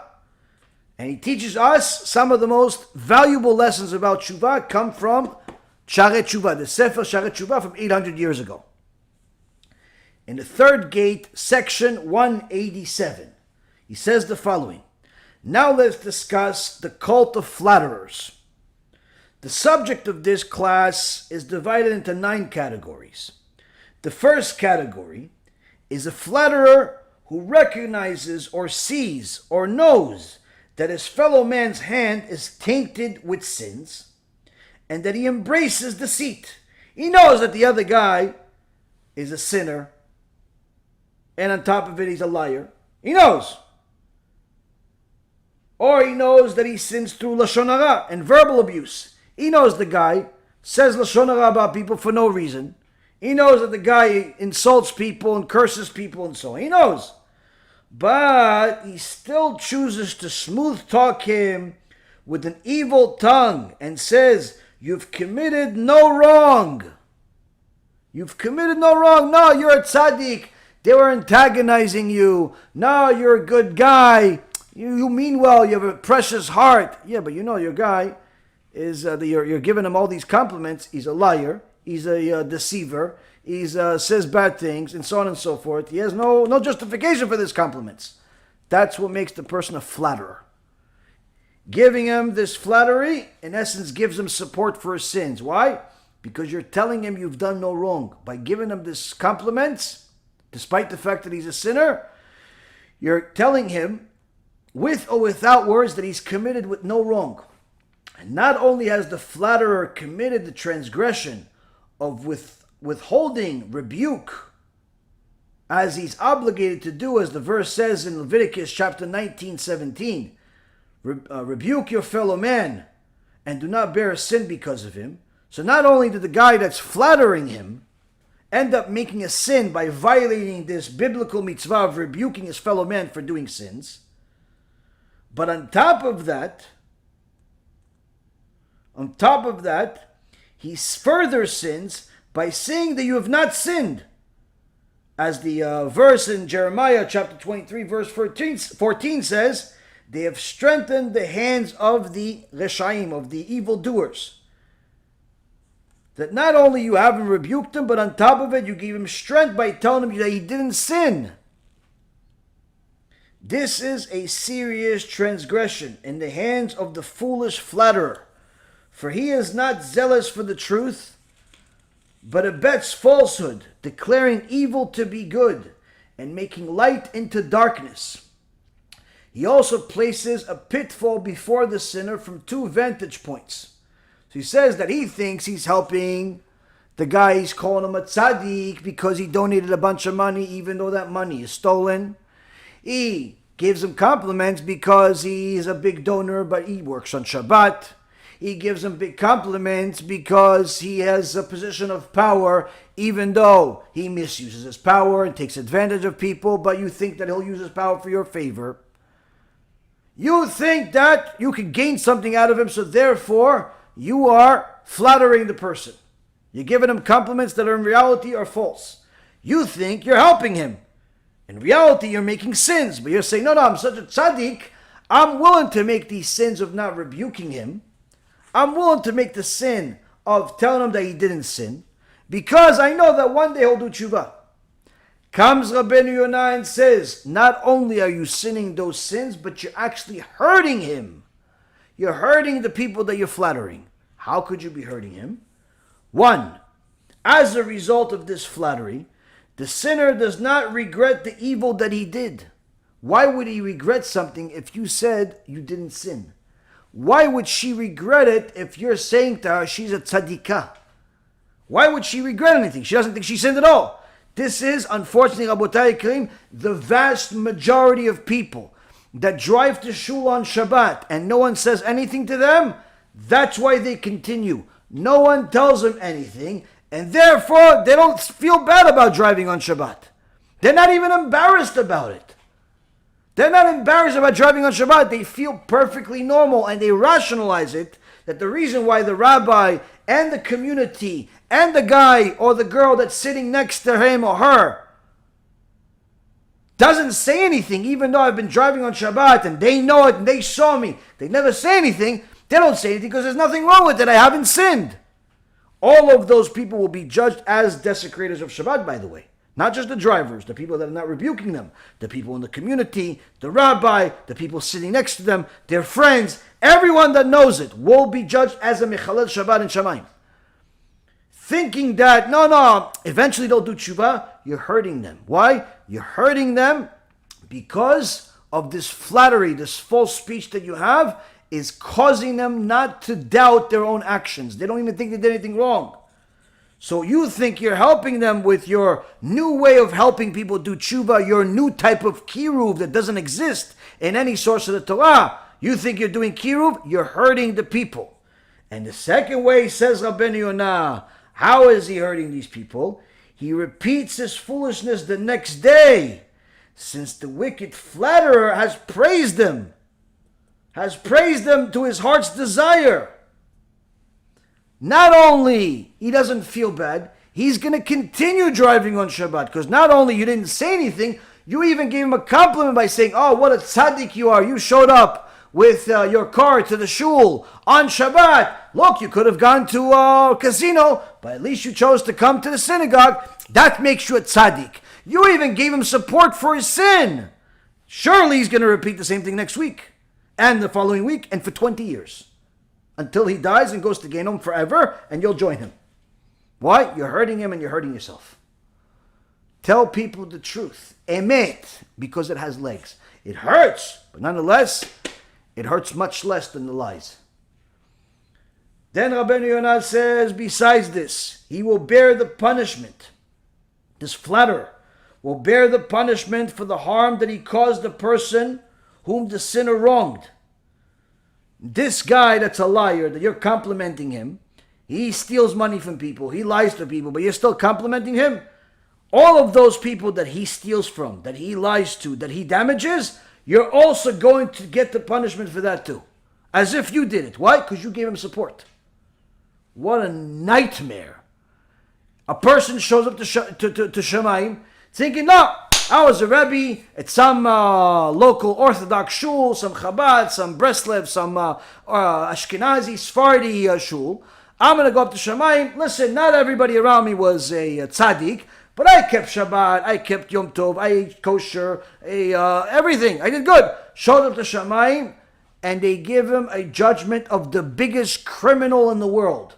You are a thief. You are a liar. You are Mechalel Shabbat. You are an adulterer. You are responsible for mamzerim. You're responsible for every sin in the Torah. The guy's going to look at the Bet Din of Shammai and says, what are you talking about? I didn't steal from anybody. I didn't drive on Shabbat. I didn't commit adultery. I didn't have any mamzerim kids. I didn't do any of this stuff. And the Bet Din of Shamayim will show him a movie of his own life and show him every single time he gave support to these Reshaim, these people that don't know the truth and don't live the truth, and you gave them supporting messages by calling them tzaddikim and telling them all types of flattery compliments, supporting them to continue their actions. At that moment, he inherited all of their actions, and all of the damage that they cause on society goes to his account also. They're not relieved of it. They're also going to get punished of it. But he gets it as if he did it himself. He gets charged as the murderer, as the rapist, as the gambler, as the degenerate, as the person that cheats on his wife, as the person that cheats. Everything. Everything, Rabotai. That's what Rabbeinu Yonah says. That's what Rabbeinu Yonah says. If that doesn't scare a person to death, I don't know what else is. Honestly, I think this is more scary than a lecture about Gehenom. If you really comprehend what is being said here. You could simply sit next to a person in a synagogue, not realizing that because you sit next to him for 20 years, knowing that he drives on Shabbat. Not that you don't know. You know he drives on Shabbat. You know he's married to a Goya. You know that he eats teref. And you don't say a word. You at that moment, every single time you fail to rebuke him, you're acquiring all of the sins. He goes to synagogue, gives you all the sins, you go home with him. He also has them because he's going to make even more the next day. Instead of going to the synagogue or even to the local Jewish supermarket or the Judaica store or your office and you have a bunch of Jews there and getting something good in life, you are acquiring sins everywhere you walk because you keep your mouth shut. Now, I'm not saying you have to punch people in the face and force them to keep Shabbat, But you have to do something. You have to give him a CD, share a lecture, invite him for Shabbos, something. But even if you're just completely a mute, you have no speaking ability whatsoever, and you lost your point finger and you can't share, at the very least, don't flatter them. Don't make the damage even worse. That's not going to relieve you, but it's going to make it worse if you do flatter them. So here we see that a person literally acquires all of the punishment of the people that they think that they're helping. In reality, they're destroying them and themselves by justifying the person who sinned against them. Now, aside from that, Shem Yishmo, it's not even it yet. Aside from this, Rabbi Yonah says, he will be punished for his false words, as the verse says in Psalm 5:7. You will destroy the speakers of lies, of deceit. Hashem will destroy them. Ta'abed dovrei chazav. And further, one who justifies the evildoer and he condemns a righteous person, both are an abomination of Hashem. Proverbs chapter 17, verse 15, where Shlomo HaMelech says, Matzdik Rasha umarshia tzaddik toevat Adonai gam shnehem. Here you have certain people where they are surrounded by people that are oblivious of the truth, oblivious of the Torah, oblivious of what the responsibility is of a Jew, oblivious of all of it. And now, you, instead of helping them, you flatter them and you compliment them and yeah. Now that's already bad enough. That's already bad enough. But Shlomo HaMelech says those people don't end over there. Why? Because they're so used to lying, they start hating the truth themselves. Even though he's keeping Shabbat himself, the rest of his community are not keeping Shabbat, but he starts hating the truth. So as soon as a Yaron Reuven comes to town, or a Rav Mizrahi comes to town, or a Rav Ephraim comes to town and says, hey, Rabotai, Mechalel Shabbat mot yumat, a Mechalel Shabbat, death penalty in this world and the next world. What does he say to the people? Nah, these guys are crazy. These rabbis are fanatic. Don't be religious. You're good as you are. As one Rasha rabbi told me one time after I already did Tshuva. He told me this Rasha used to come to my office every week. Every week he used to come to my office collecting money. He told me, when he saw that I start speaking the truth and so on, and I spoke against wigs being idolatry and so on, and it hurt him because his wife wears a wig longer than the exile. What did he say to me? I have this in writing, Hashem Yishmo V'Yatzil. I have this in writing, this Rasha Merusha. What did he say? The biggest mistake you ever made was doing tshuva, he tells me. The biggest mistake, you used to be a good guy. I said, I used to be a good guy by violating Shabbat, by doing all the thing. I was a good guy. I was going against Hashem every day. He goes, nah, you were better back then. He starts hating the truth himself. And that's what ends up happening, Shlomo HaMelech says. He ends up, Matzdik Rasha umarshia tzaddik. He makes the Rasha look like a tzaddik, and the tzaddik becomes the Rasha. He speaks against the tzaddikim. He speaks against the prophets. He speaks against Moshe Rabbeinu. He speaks against Hashem. He speaks against everything in the Torah. He speaks against the Rambam. He speaks against Rabbi Akiva. He speaks against all of them. Why? It's offending his fellow Reshaim that he says are tzaddikim. And that's what ends up happening to such a person, even if he himself is keeping Shabbat. This applies even more so to the sin of his fellow man in public knowledge. If the sin of his fellow man is public knowledge, when the flatterer says to him before others, you are pure, without any sins, he has desecrated and demeaned both the law and justice. This Rabotai, Rabbi Yonah, 800 plus years ago, writes about the cult of flatterers, which unfortunately there are many of. Then the Gaon of Vilna says to be careful of being a leitzan, mockery, all types of scoffing. The Mesilat Yesharim the Ramchal says that being a person that jokes around constantly, makes a mockery of things, is an evil person. Why is mockery evil? Because it causes people to lose their mind, their rationality, their reason, their understanding, to the point where they have no control of their behavior. And then when you try to get them back to reality, they refuse to listen to any direction whatsoever.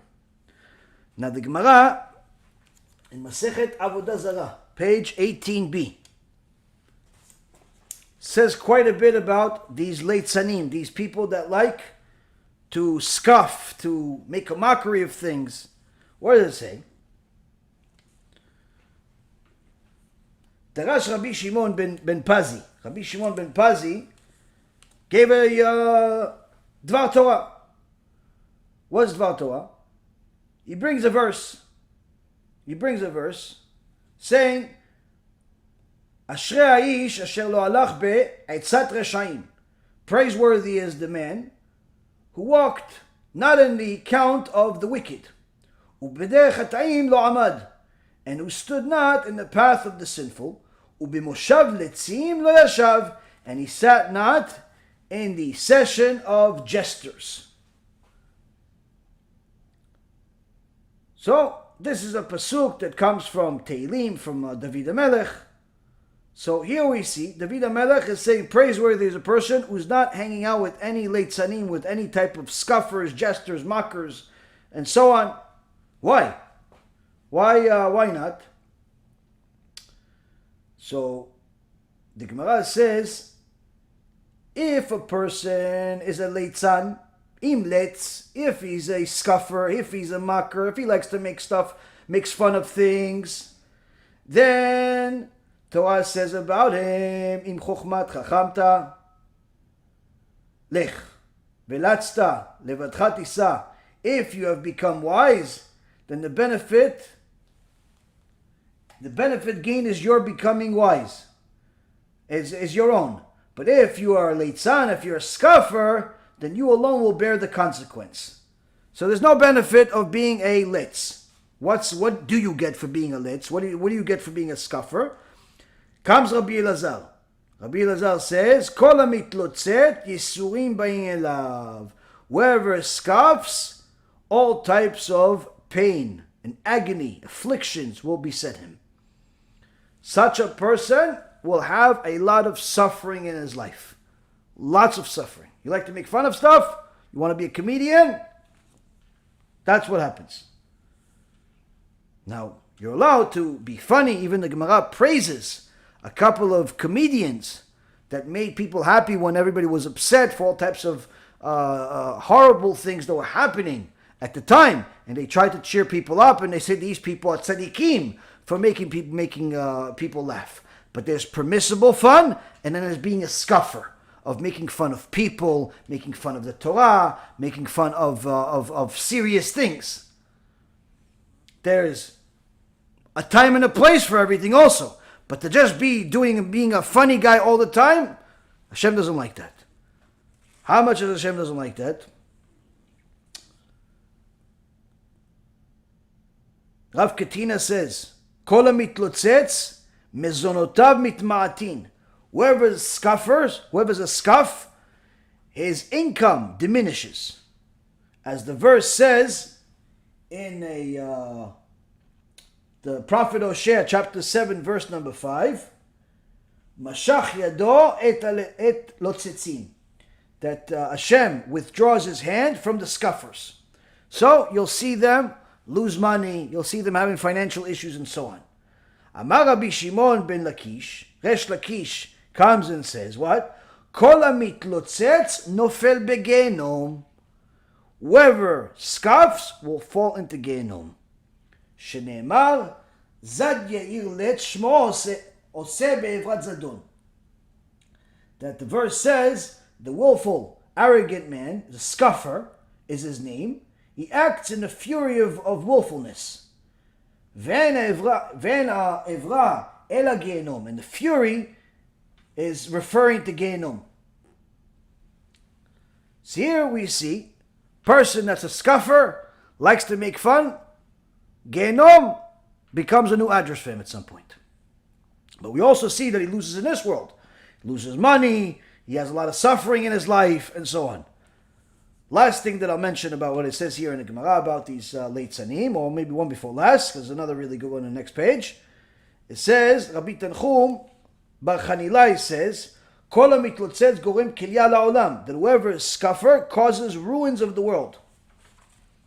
These are the people that cause damage to the world. They make fun of things, similar to how this Rasha Merusha, Manis Friedman, how when he talks about homosexuality, and he says it's an abomination, he says, no, it's not an abomination. There's 613 mitzvot. This is one sin. Okay, so you make one sin, I make one sin, everybody makes a sin. Together we'll violate the entire Torah. Makes a whole joke of the entire Torah.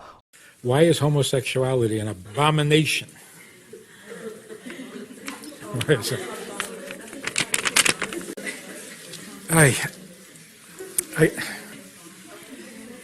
It's not. It's not. Homosexuality is an avera. That's what it is. It's an avera. It's an avera like eating on Yom Kippur. It's an avera like adultery. It's an avera like eating chametz on Pesach. That's what it is. Now, unless you believe that eating chametz on Pesach is an abomination, if eating chametz on Pesach is not an abomination, then neither is homosexuality. So why is it made okay? Made okay? Not by us, but they say, oh, okay, they have emotional issues. Okay, let them be. So here's how it happened. Like, okay. First, the very religious came along and said, it's not just a sin, it's an abomination. Then they figured out, you know what? It's not an abomination. Oh, okay, then do it. You see? If you try to embellish, you end up losing. You don't need to embellish. It's an avera. Why is it a worse avera than anything else? Who said? Who could say that it's a worse avera than anything else? Come on, stop it. An avera is an avera. You have your favorite avera, I have my favorite avera.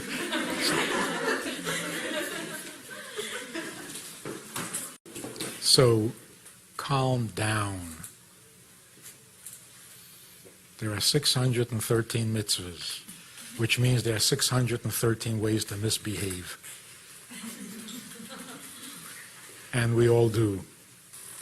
You did that one, I did this one. Together, we violate all of them. That's why there's 14 million Jews in the world, to make sure that we cover every Avera. So just because you don't do that Avera doesn't mean nobody should. I mean, somebody's got to. Or another time where he says, why is everybody going to go to Genom? Why does everybody go to hell? To go see our friends. Makes a fun of the entire Torah's reward and punishment principle. The reason we go to hell when we die is because we want to be with our friends.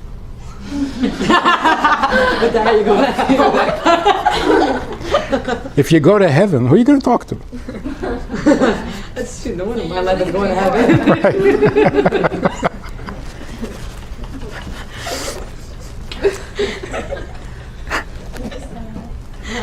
Right. You know, Christians are afraid of hell.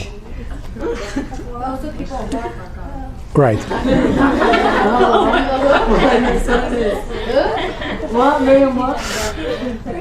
It's a Borough Park thing. Yeah. So first of all, what is Gehenna? What is it? Oh, what it is, you burn like a barbecue. You roast on a fire on the. What are we talking about here? A neshama? Your neshama goes to hell and burns? How do you burn a neshama? Your neshama is alive. That's right. How do you burn it? Makes fun of the whole Torah. A person like that, for sure, goes to Gaon, doesn't come out. That's machtia rabim. That's causing people to go against the Torah. There's nothing worse than people like that. Nothing worse than people like that. They're even worse than heretics. They're even worse than missionaries. Why? Because you could have a person like that in your shiur, where you're given a serious shiur. People are getting woken up. They want to do good things. And he throws a joke somewhere in that shiur, cools everybody off. 2 hours you spoke, one guy's joke ruins the whole thing. One guy's joke. That person for sure will go to Gaon and suffer severely for it. Suffer severely for it. Never be that person. Never throw jokes in the middle of a serious conversation. It's simply a bad idea. Last but not least comes Rabbi Elazar and says, mockery is harsh. Shetchilata yisurin v'sofa kiliya. That the being a scuffer, making fun of things and so on, is very harsh for a person. Why? Because the beginning of it, the consequence of the beginning of you being a scuffer is you having affliction on you. You're having damage, Hashem punishing you in this world. Health issues, money issues, marriage issues, child issues, all types of problems come to a person that's a scuffer. But that's just the beginning, Rabbi Elazar says. And the culmination of it, the final consequence, is ruin, meaning complete destruction of the neshama. Here we see, Rabotai, it simply does not pay to be a jokester who does not know how to control themselves, does not know enough Torah to know when and how and who and what and when. Very dangerous to be such a person. Now, the Gemara in Masechet Shabbat, page 32b, talks about vows. People making promises. You ever meet these people that make a lot of empty promises? Oh, I'll meet you there at 8 o'clock. They don't even show up. Oh, yeah, no, I'll have the money ready for you. Never has the money. Makes all types of promises. Bad idea if you're not going to deliver. Don't ever utter a word if you don't mean to keep it. Don't ever utter a word if you don't mean to keep it. And don't make vows either. Don't make vows. Why? You make vows and you can't keep it, you're putting yourself in trouble. What kind of trouble? Gemara, Masechet Shabbat, page 32b. Rabbi Natan says, for the sins of unfulfilled vows, a man's wife will die.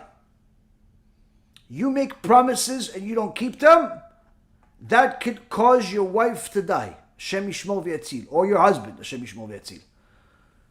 Rabbi says, Rabbi Yehuda Hanasi says, for the sins of unfulfilled vows, one's children die young. Somebody will say, oh, okay, listen, she lies all the time, but her husband is already 70 years old. Yeah? You have kids? Start praying for them. Stop praying for them. Why? You like to lie? It's a very, very serious punishment for such a thing. Very serious punishment. You made a vow, you don't keep your promises, you have a very serious problem. Very serious problem. You have to know how to only say things you mean. You don't mean it, don't say it. Yeah, what am I going to say? Nothing. Just like the Gaon of Vilna says, be a mute. Be a mute. It's better to be a mute than be dead or cause death. Then there's certain types of people that like to fight with people. They like to argue about everything. Because they come into a shul for the first time, they want to fix the place already. The first time they're in a shul, they want to fix the whole thing. Oh, they're not praying here, they're not doing this, they're not doing that. Habibi, you're new here. Relax. Sit down, settle down, pray. You don't like it, go somewhere else. Don't start asking us to change the window treatment even and tell everybody that they're all wicked just because you showed up here for 5 minutes. Relax. Relax. But there's some people that have this nature, they want to fight with everyone. Now, of course, there are holy fights that a person needs to have, where you see that there are people that are anti-Torah, against the Torah, the people that are heretics on purpose and so on. You have a responsibility to protest. But You don't have to protest everywhere and all the time. There's a time and a place with it, and you always have to have some type of da'at Torah, some type of serious scholar tell you, this fight, go do it. This fight, no. This one you need to do, this one's not worth it to do, or you shouldn't do. Can't just fight with everybody. Certain people, they like to fight. And I've realized it myself that many times some of those people are attracted to some of my lectures because they see that we expose some of these wicked people. And they like to say, oh yeah, he's the bad, he's the worst, he's this, he's that. They don't watch the rest of the lectures where we talk about holiness and kedusha and protecting of the breed and honoring Hashem. No, they only like to watch the action. They want to watch all of the fist fights practically. Not good. Not good. If all you like is the fights, don't watch our lectures. Go watch something else. Go watch something else. Why? Because you're not doing tshuva. It's not helping you. It's fueling a fire that's the wrong fire to begin with. It's not fire of holiness. You don't have fire of holiness. You just want to fight. There are certain people that just want to fight. You have to understand, there's a time and there's a place for everything. And if a person likes to fight, they are in a very, very serious problem. Rab Leib, the son of the Chafetz Chaim, says there was one time a machloket, a dispute, in the yeshiva of the Chafetz Chaim. Chafetz Chaim stood up and says, even though I love the Torah, I prefer to close not one, but 70 yeshivot, just to avoid this machloket. Obviously, people got the point. So Chafetz Chaim Gdol Adol says he's going to close down all the yeshivot that exist just to avoid such a dispute. We got to fix this. We got to fix this. But some people, they like to fight. Like to fight. That's the way it is. There's one big Knesset that Rabbi Ephraim just told me. Fantastic. They built a beautiful building. Beautiful. Sephardi shul. Everything is great. Amazing. You know, you figured, listen, there wasn't anything in the neighborhood that was so beautiful for the Sephardi people. They built this beautiful place, furniture. They went all out. Beautiful, right? Shows up. Knocks on the door. It's locked. Okay? Knocks on the door. Maybe somebody locked it by accident. They open up. Oh, yeah, what do you want? I pray here. Sister, I pray here. No. You're not one of us. What? Oh, well, you didn't hear? No, there's a dispute. Two halves of the shul. One half against the other half. One half against the other half. One half decided they're going to take control of the shul because they don't like the other ones that are picking a certain chazan or a certain rabbi or a certain whatever. And if you're not with them, you're against them. Yeah, but I prayed here. No, that doesn't make a difference. Doesn't make a difference. If you want to be part of us, you have to start donating every single month. That's how you become part of us. This, unfortunately, Rabotai, is not a unique story. There's many of them. Many of them. A lot of times you're going to see people have machloket in a bet knesset or bet midrash over money, over reputation, over who's the chazan, over who's the rabbi, all types of nonsense. One of the best, rabbis that I know, he, Baruch Hashem, has dealt with so many fights with the community where these reshaim ignoramuses, most of which don't even keep Shabbat, would tell him, listen, we don't want you as a rabbi. We want somebody that's a better speaker than you, that knows more than you. He knows the whole Shas by heart. The whole Shas he knows by heart. But they want a different rabbi. Why? Because they want someone that speaks to them their language. Reshaim merushaim. And they would fight against them and publicly insult them and so on. Baruch Hashem, we had family that was part of the board over there. And still the rabbi is there, Baruch Hashem, bringing Kedusha to the world. But it didn't come without a lot of pain. And this happens on a regular basis. On a regular basis with people, because they donate a few dollars, or because of this, or because of that, they like to fight. They come to shul once a year, but they want to run the place. Horrible things, unfortunately, don't go unpunished. At some point, those people get punished very severely. The Sefer HaChinuch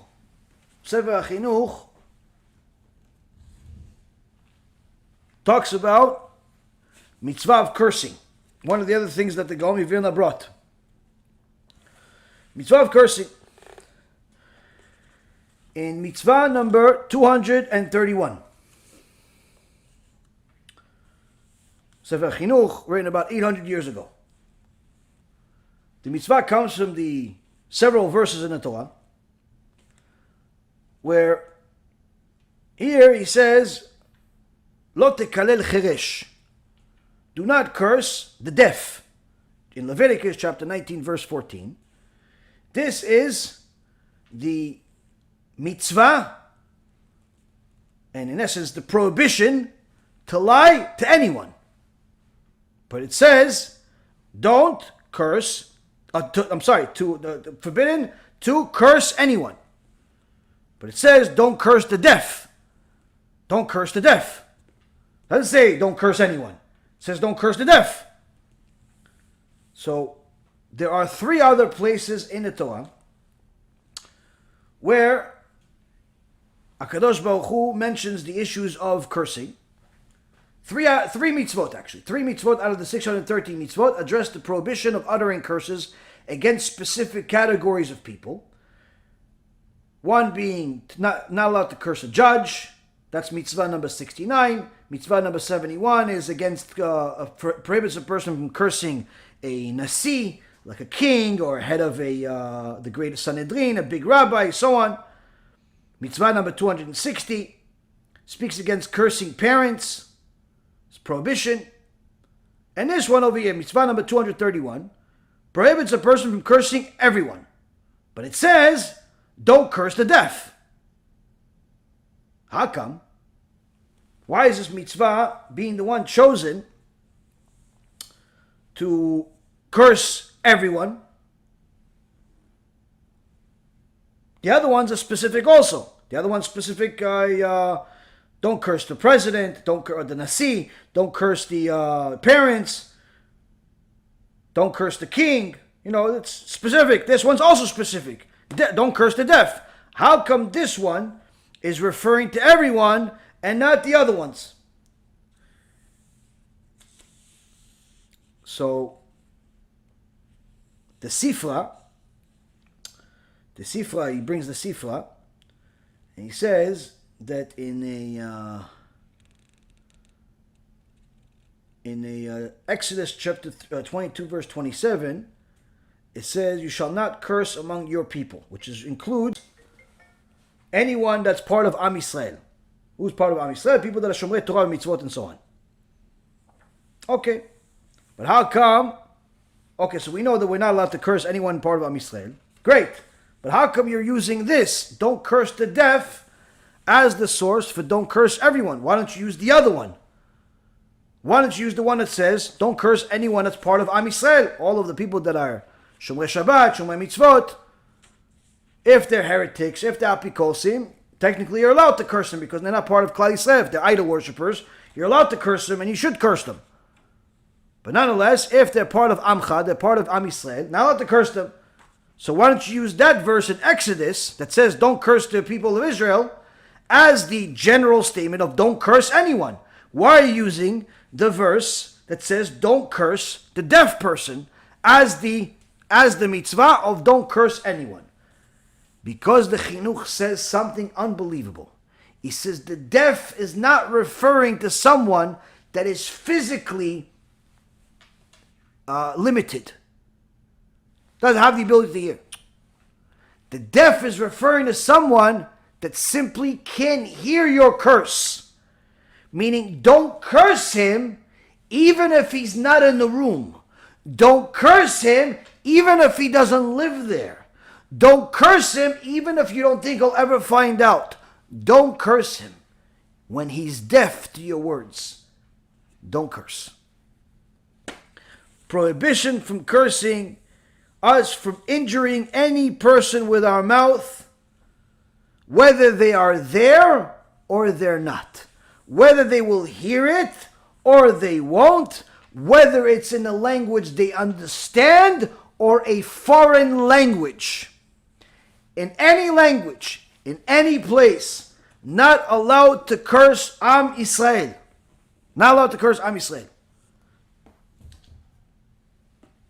And ones that do get punished severely, as the Gra says here. Why is it such a horrible thing? It says because the impact of your mouth is significant, since HaKadosh Baruch Hu himself in Genesis chapter 2 verse 7 says V'yipach be'apav nishmat chaim, that Hashem blew into Adam HaRishon's nostrils the spirit of life, meaning that HaKadosh Baruch Hu gave you the ability to speak, not to speak curses, but rather to speak divrei Torah, to speak good things. Now when a person has a potty mouth, what is the consequences? Sefer Ach Tov LiYisrael by my own dear Rebbe, Rabbi Ephraim Kachlon, in his volume number 2. 3 volumes, Baruch Hashem, have already been published, and the 4th one, Baruch Hashem, is coming soon. In Ach Tov LiYisrael, 2nd volume, page Shin Yud 310, says the following: that a person that sings songs or listens to songs that have curses in them, nevilut peh, or he curses in general, likes to curse, en ketz la'onesh amedaber ve'ashomea nevilut peh, שאפילו נכתם עליו גזר דין של 70 שנה לטובה, נהפך עליו לרעה. He says there is no end to the punishment of a person that speaks or listens to curses. That even if it was decreed in heaven for them to get 70 years, meaning a full life of blessings, it all turns into curses. Hashem yishmor v'yatzil. Hashem yishmor v'yatzil. As it says, he brings one of the sources, Isaiah chapter 6 verse 16, but also you have the Gemara Masechet Shabbat, page 33a, says the same exact thing. Meaning, listening to curses or saying curses brings extraordinary curses to the person's life because of the damage that they cause to themselves and to others. And that's the section that we'll talk about now. בפרט בבית הכנסת ובשבת וביום טוב, על אלו צריך לרד לשאול למטה הרבה מאוד. The Gaon of Vilna says in the letter, in particular, watch your mouth, watch your speech from forbidden, from mundane, and so on, especially and in particular in the synagogue and on Shabbat and on Yom Tov. For the very utterance of this type of speech, one would need to descend to the depths of Sheol, very far down. What's the depths of Sheol? It's a certain section in Gehenom. It's a certain section in Gehenom, Rabotai. You like to speak mundane things, funny things, stupid things, waste of life things in the synagogue. On Shabbat, special section in Gehenom, says the Gaon of Vilna. Special section in Gehenom, you're going to find it, don't worry. On the address you'll see big billboard called Sheol. Sefer Tzion Lenefesh Chaya. The Tzlach in the Drashot for Chanukah, section 39, or chapter 39, section number 4, writes the following: those people who speak at shul, there is no greater example of someone who has rebelled against the King of Kings in his own quarters, meaning rebelling against Hashem. Mordim be'Hashem. They're considered, literal, people that speak in shul, considered enemies of Hashem. He profanes the sanctity of the shul in a manner comparable to the Greeks who profaned the altar of the Bet HaMikdash. because with his ill-placed speech, he is reckoned to have set up an idol inside the sanctuary. You are going to go to shul, and instead of praying, instead of listening to the Shliach Tzibur, saying the Chazat HaShatz, reading the Torah, or the person simply praying, instead of doing that, you want to chit-chat with somebody, you should know, you have a stamp from Sefer Tzion Lenefesh. You are an enemy of Hashem, no different than the Greeks. You are desecrating Hashem's little Bet Mikdash, just like they desecrated the Bet Mikdash. Now, I understand there is a fantastic program out there for years already saying to people, be quiet in shul.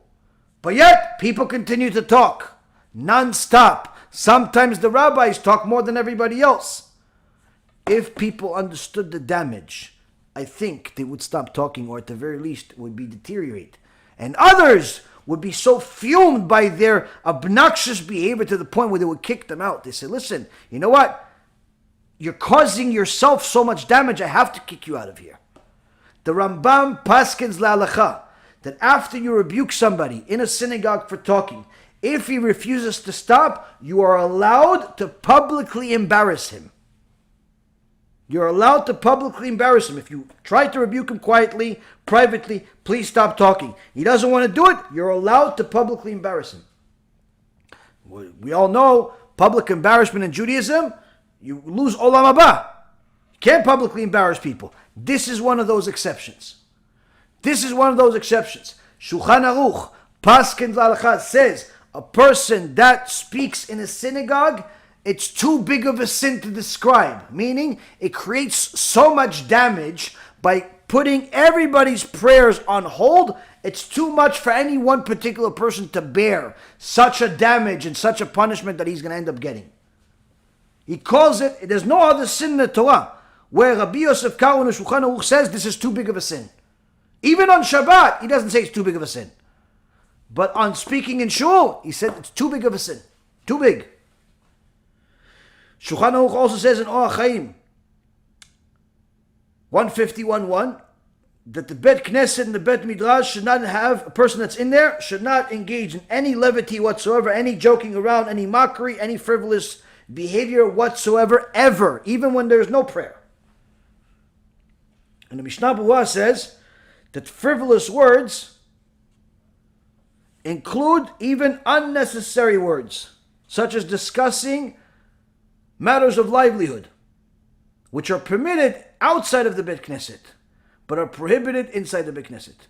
Even asking people, how was your weekend? In the Bet Knesset is forbidden. How's your wife and kids? Forbidden. Only thing that's allowed in a Bet Knesset, in a Bet Midrash, praying and learning Torah. Everything else is forbidden. Now, how many places actually keep to this? I don't know. But I know it's not many. Now the Gaon of Vilna completes the section with this.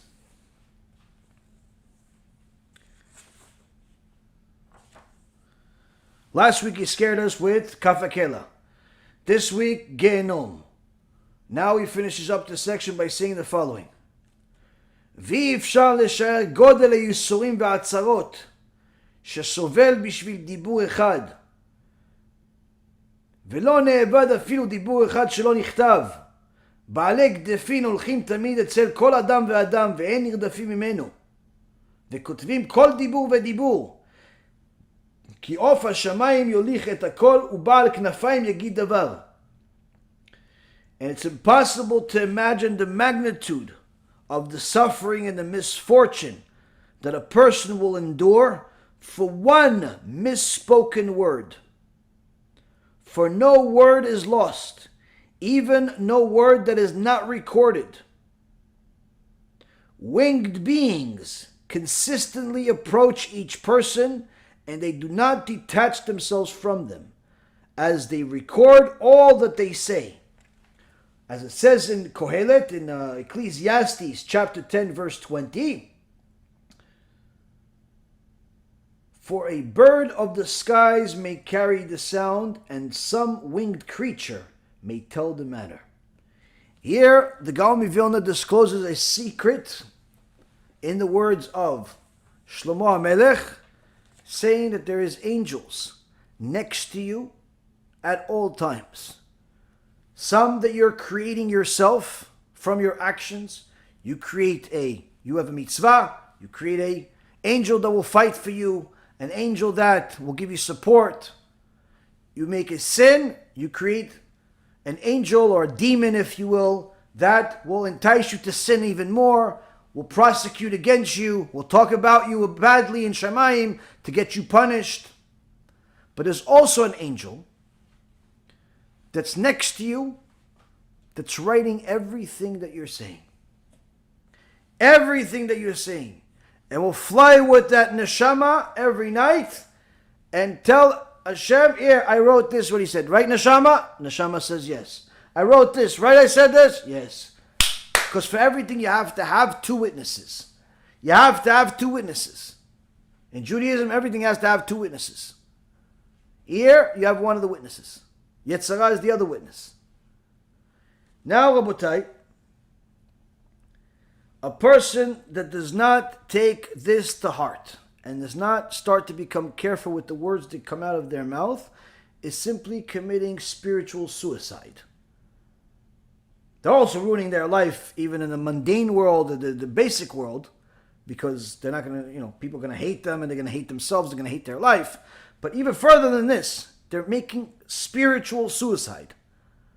Because the Gaon of Vilna is saying, this is not going to be unanswered. This is not going to be unaccounted for.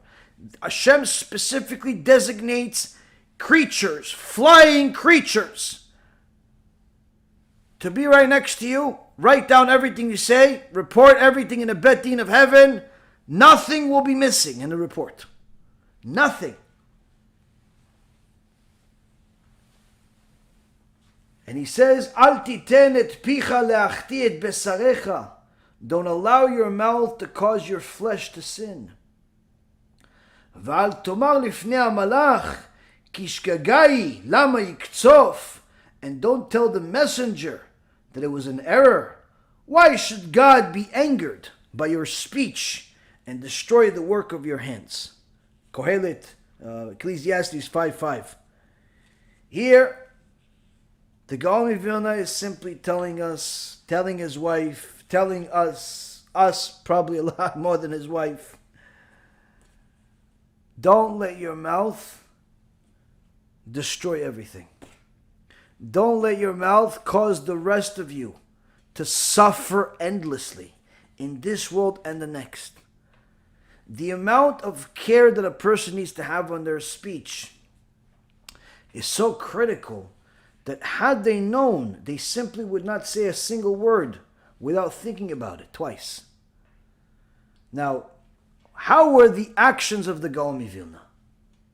Was he scared since he knew all of this? Everyone knows that during the high holidays, we have the mitzvah of tashlich. Tashlich, you go to a body of water and you pray and you go like this, as if you're disposing of your sins because you're being spiritually cleansed. There was one time the Gaon of Vilna went to do tashlich, and the Magid Miduvna went with him. And when the Gaon of Vilna would pray, cry about the sins he made, I don't know when you would have time to sin, when you study Torah over 20 hours a day and sleep for 2 hours, but not longer than a half hour at a time. Not really sure when exactly he has time to actually sin, but he's crying hysterical and he's doing tashlich like this. The Magid Miduvna, also one of the Gedolei Hador, while the Gaon of Vilna is going like this, the Magid Miduvna goes like this. He's trying to catch the sins of the Gaon of Vilna. The Gaon of Vilna listens to him and goes, what are you doing? He says, Kvodo, I'm catching your sins. Why? Why are you doing that? He says, what sins did Kvodo actually make? What sins? Probably your Yetzirah tells you what? Where's your Yetzirah? Where's your Yetzirah? What are you? Tefillin? No, it's not Tefillin. What Yetzirah do you have? Your Yetzirah probably tells you, listen, 20 hours a day is too much Torah. Study 18 hours. Study 18 hours. That's what Yetzirah tells you. He says, me, I study 16 hours. So I figured I'd rather have your Yetzirah. It tells me to study 18 hours a day. So I'm taking your sins. Your Yetzirah, it says study only 18 hours a day of Torah. Give me that one. Why? That's a chizuk for me. But yet he would cry over the sins. He would cry over everything. That's how all the tzaddikim were. That's why the tzaddikim, they understood the magnitude of each and every single statement in the Torah, Rabotai. Each and every single sentence in the Torah was engraved on their neshama like a sela, like a stone. They understood the meaning of everything. That's why they were scared.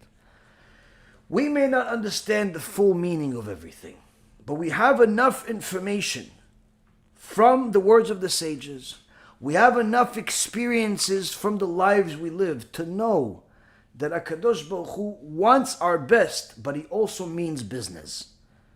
He also wants us to work for it. He also wants us to be careful with our speech, with our action, with the way we conduct business, with the way we are with people, with everybody. We have to be careful with things. We have to be conscious of things. When a person is conscious of the way that they behave, they can become literally like a malach Hashem. A malach Hashem. What's a malach Hashem? What's an angel of Hashem? We'll finish off with this, Rabotai. In last week's parasha, we saw that Miriam was Kodesh Kodashim, the sister of Aaron HaKohen and Moshe Rabbeinu. She misspoke against her brother Moshe Rabbeinu. Parashat Ba'alotecha. HaKadosh Baruch Hu rebukes her, gives her tzarat, very painful spiritual and physical disease. All of Am Yisrael cry over her, but nothing works. She still has a disease. When HaKadosh Baruch Hu rebukes her, He says, how could you talk about Moshe Rabbeinu? How could you think Moshe Rabbeinu is like you? You think Moshe, because you're a prophet and he's a prophet, you're tzaddikah and he's tzaddik, you think you're the same? Lo ken Moshe avdi. Lo ken avdi Moshe. B'kol beti ne'emanu. פה אל פה אדבר בו ומראה ולא בחידות ובתמונות אדוני יביט ומדוע לא יראיתם לדבר בעבדי משה. Kadosh Baruch Hu says to her, not so my servant Moshe. In my entire house he is the trusted one. Moshe Rabbeinu, he's the trusted one. Mouth to mouth do I speak to him, in a clear vision and not in riddles. At the image of Hashem does he gaze. He looks at Hashem. Why did you not fear to speak against my servant Moshe? Yeah, you're a prophet, tzaddikah, kodesh, but you're not on the level of Moshe Rabbeinu. Nobody is. No one. Not before, not after. No one. So much so, Rabotai, say, wait, but Adam HaRishon was created by Hashem's hands himself. He wasn't like Moshe. How do we know? Adam HaRishon, the light that was on Adam HaRishon went down. After he died, the light of Adam HaRishon went down. Moshe Rabbeinu, even after HaKadosh Baruch Hu himself took out the neshama, he still was lit like a sun. No one can look at him. Even after he died, 3,000 years later, lit like a sun. Why? Because Adam HaRishon started perfect, but he sinned. Moshe Rabbeinu, from the moment that he spoke to Hashem, not only he didn't sin in according to the Torah, but he never even touched his wife again. Never touched his wife again. Now, what happened when the time came for Moshe Rabbeinu to leave this world? HaKadosh Baruch Hu wanted to make Moshe Rabbeinu feel good. Because Moshe Rabbeinu, when he saw Aaron HaKohen die, his brother die, the Avot Rabbi Natan says Moshe Rabbeinu cried. Moshe Rabbeinu cried over Aaron HaKohen. Not because he cried he's going to miss his brother. He cried because he says, Alvai, I hope that I have the same funeral as Aaron HaKohen, where I see angels coming and welcoming Aaron HaKohen, say Shalom Aleichem. This is the way that you honor a tzaddik. 3 different armies of angels welcoming Aaron. I wish I could have something like this. That's how humble Moshe Rabbeinu was. What happened when it came time to Moshe Rabbeinu dying? The Midrash Rabbah says in Deuteronomy, Sefer Dvarim, Midrash Rabbah, last section, fantastic story. It's too long to say the whole thing now, but it goes into a whole discussion between Hashem and Moshe, where Moshe says, Hashem, please let me live longer. The neshama doesn't want to leave. Nobody. It's a fantastic, extraordinary conversation between the two. But then HaKadosh Baruch Hu wants Moshe Rabbeinu to be happy. He wants Moshe to be happy, to know you are an exception. How is he going to make Moshe Rabbeinu happy? He sends Malach Gavriel. Malach Gavriel, you go and take Moshe's neshama. Malach Gavriel is the one in charge of taking the neshamot of kings. Moshe Rabbeinu was a king. Malach Gavriel says, I'm sorry, can't do it. Can't do it. Says Malach Michael, you go do it. You go do it. Malach Michael, the greatest of the Malachim. Malach Michael says, how could I do it? He's my student. Moshe Rabbeinu, when he came up to Shamayim, I studied Chavruta with him. I can't kill my student. Can't kill my student. None of the Malachim want to do anything. Then he says to Malach HaMavet, Imach Shimo, Malach HaMavet, go take Moshe's neshama. He's excited. He's excited, the Malach HaMavet. Yeah, finally I'm going to take his neshama. Why? Because Malach HaMavet, the Satan, the Sitra Achra, he's the Malach of Edom. He's the Sar of Edom. Every nation has a Sar. He's the Sar. He's the angel of Edom. And as long as Moshe Rabbeinu is in the world, he defeats Edom. He defeats Edom. So in essence, Moshe Rabbeinu leaving the world is good for the nation of the Satan. So he's excited. Avot the Rabbi Natan also talks about it. There's more even in the Midrash. Beautiful stuff. He says the following. The Malach HaMavet comes to Moshe Rabbeinu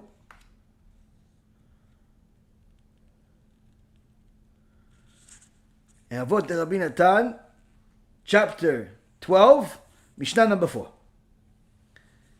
When the time came for Moshe to die, God says to the angel of death, go bring me the soul of Moshe.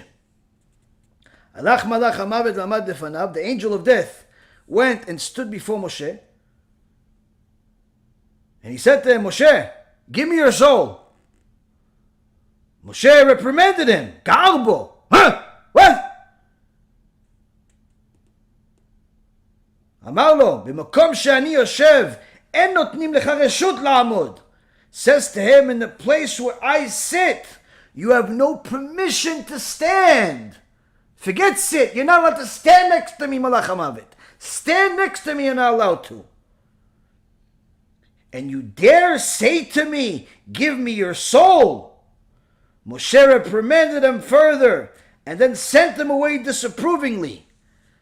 And Malach HaMavet was sent back by Hashem several times to try to take the neshama of Moshe, but failed every time.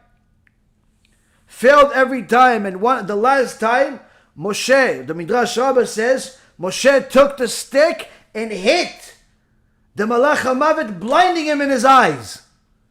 Because he had a special staff with the name of HaKadosh Baruch Hu on it. Blinded the Malach HaMavet.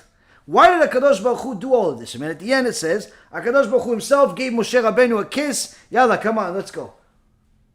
Yalla, let's go, finished. Because the soul did not want to leave.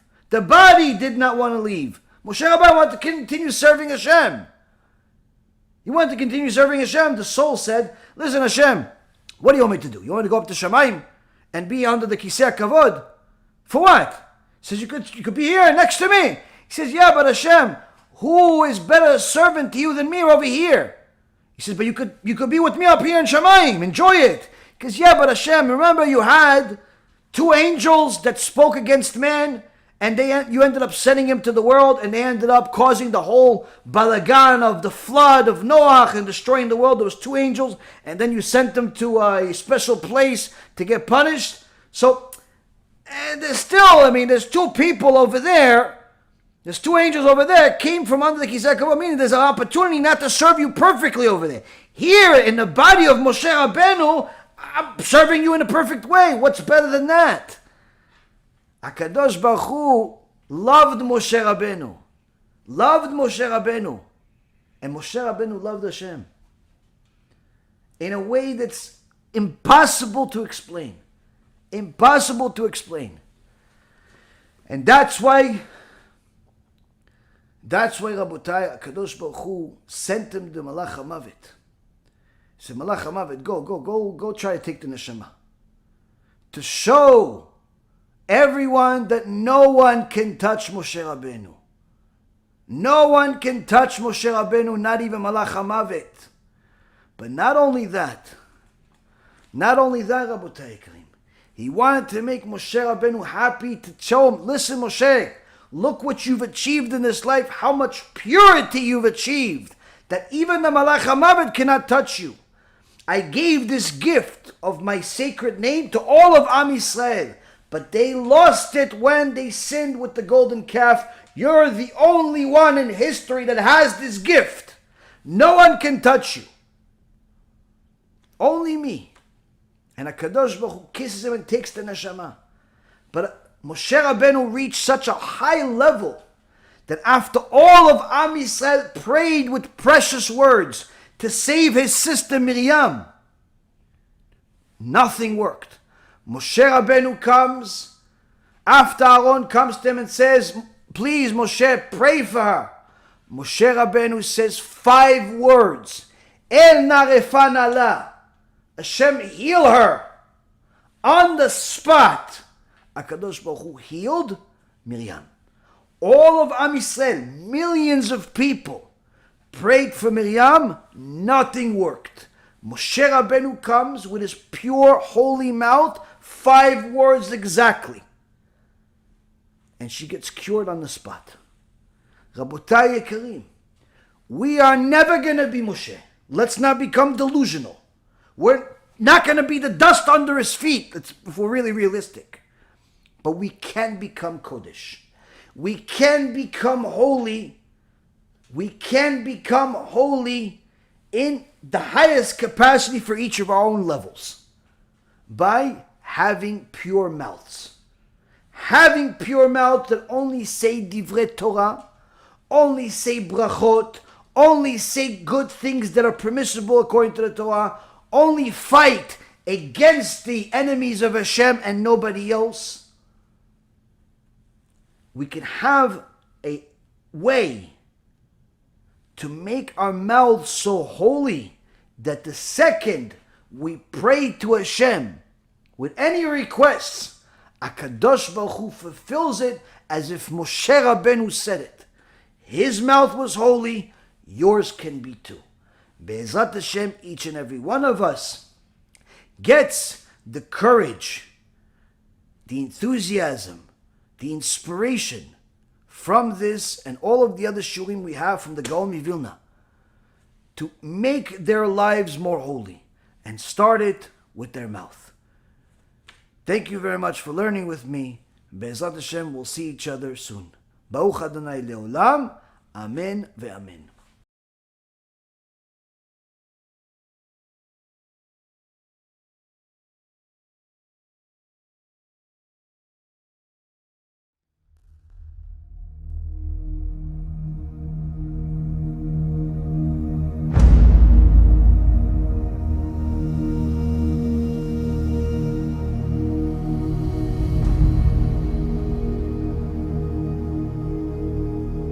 Seven years of lectures.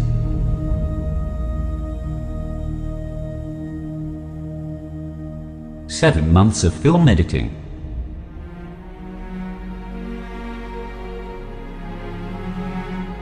Countless hours of study by 2 rabbis.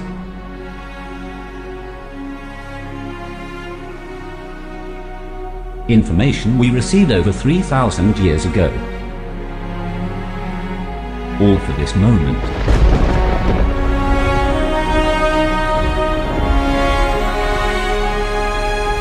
Talmud had greed. The movie. There's a small member in your body. It shouldn't take over your whole life.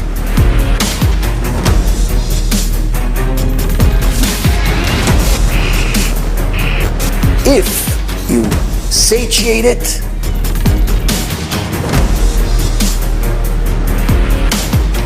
you're never going to have enough.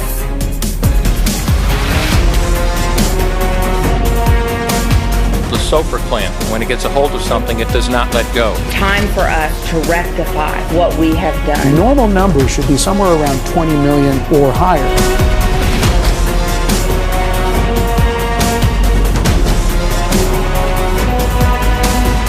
You're never going to have control of it.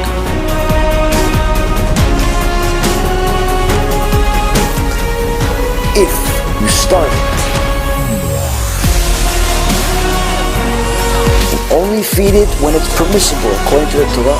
Pornography is as addictive as crack cocaine.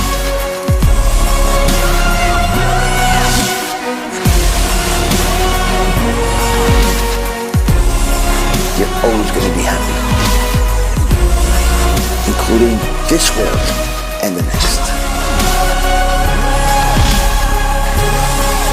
Baruch Adonai Le'olam, Amen v'Amen.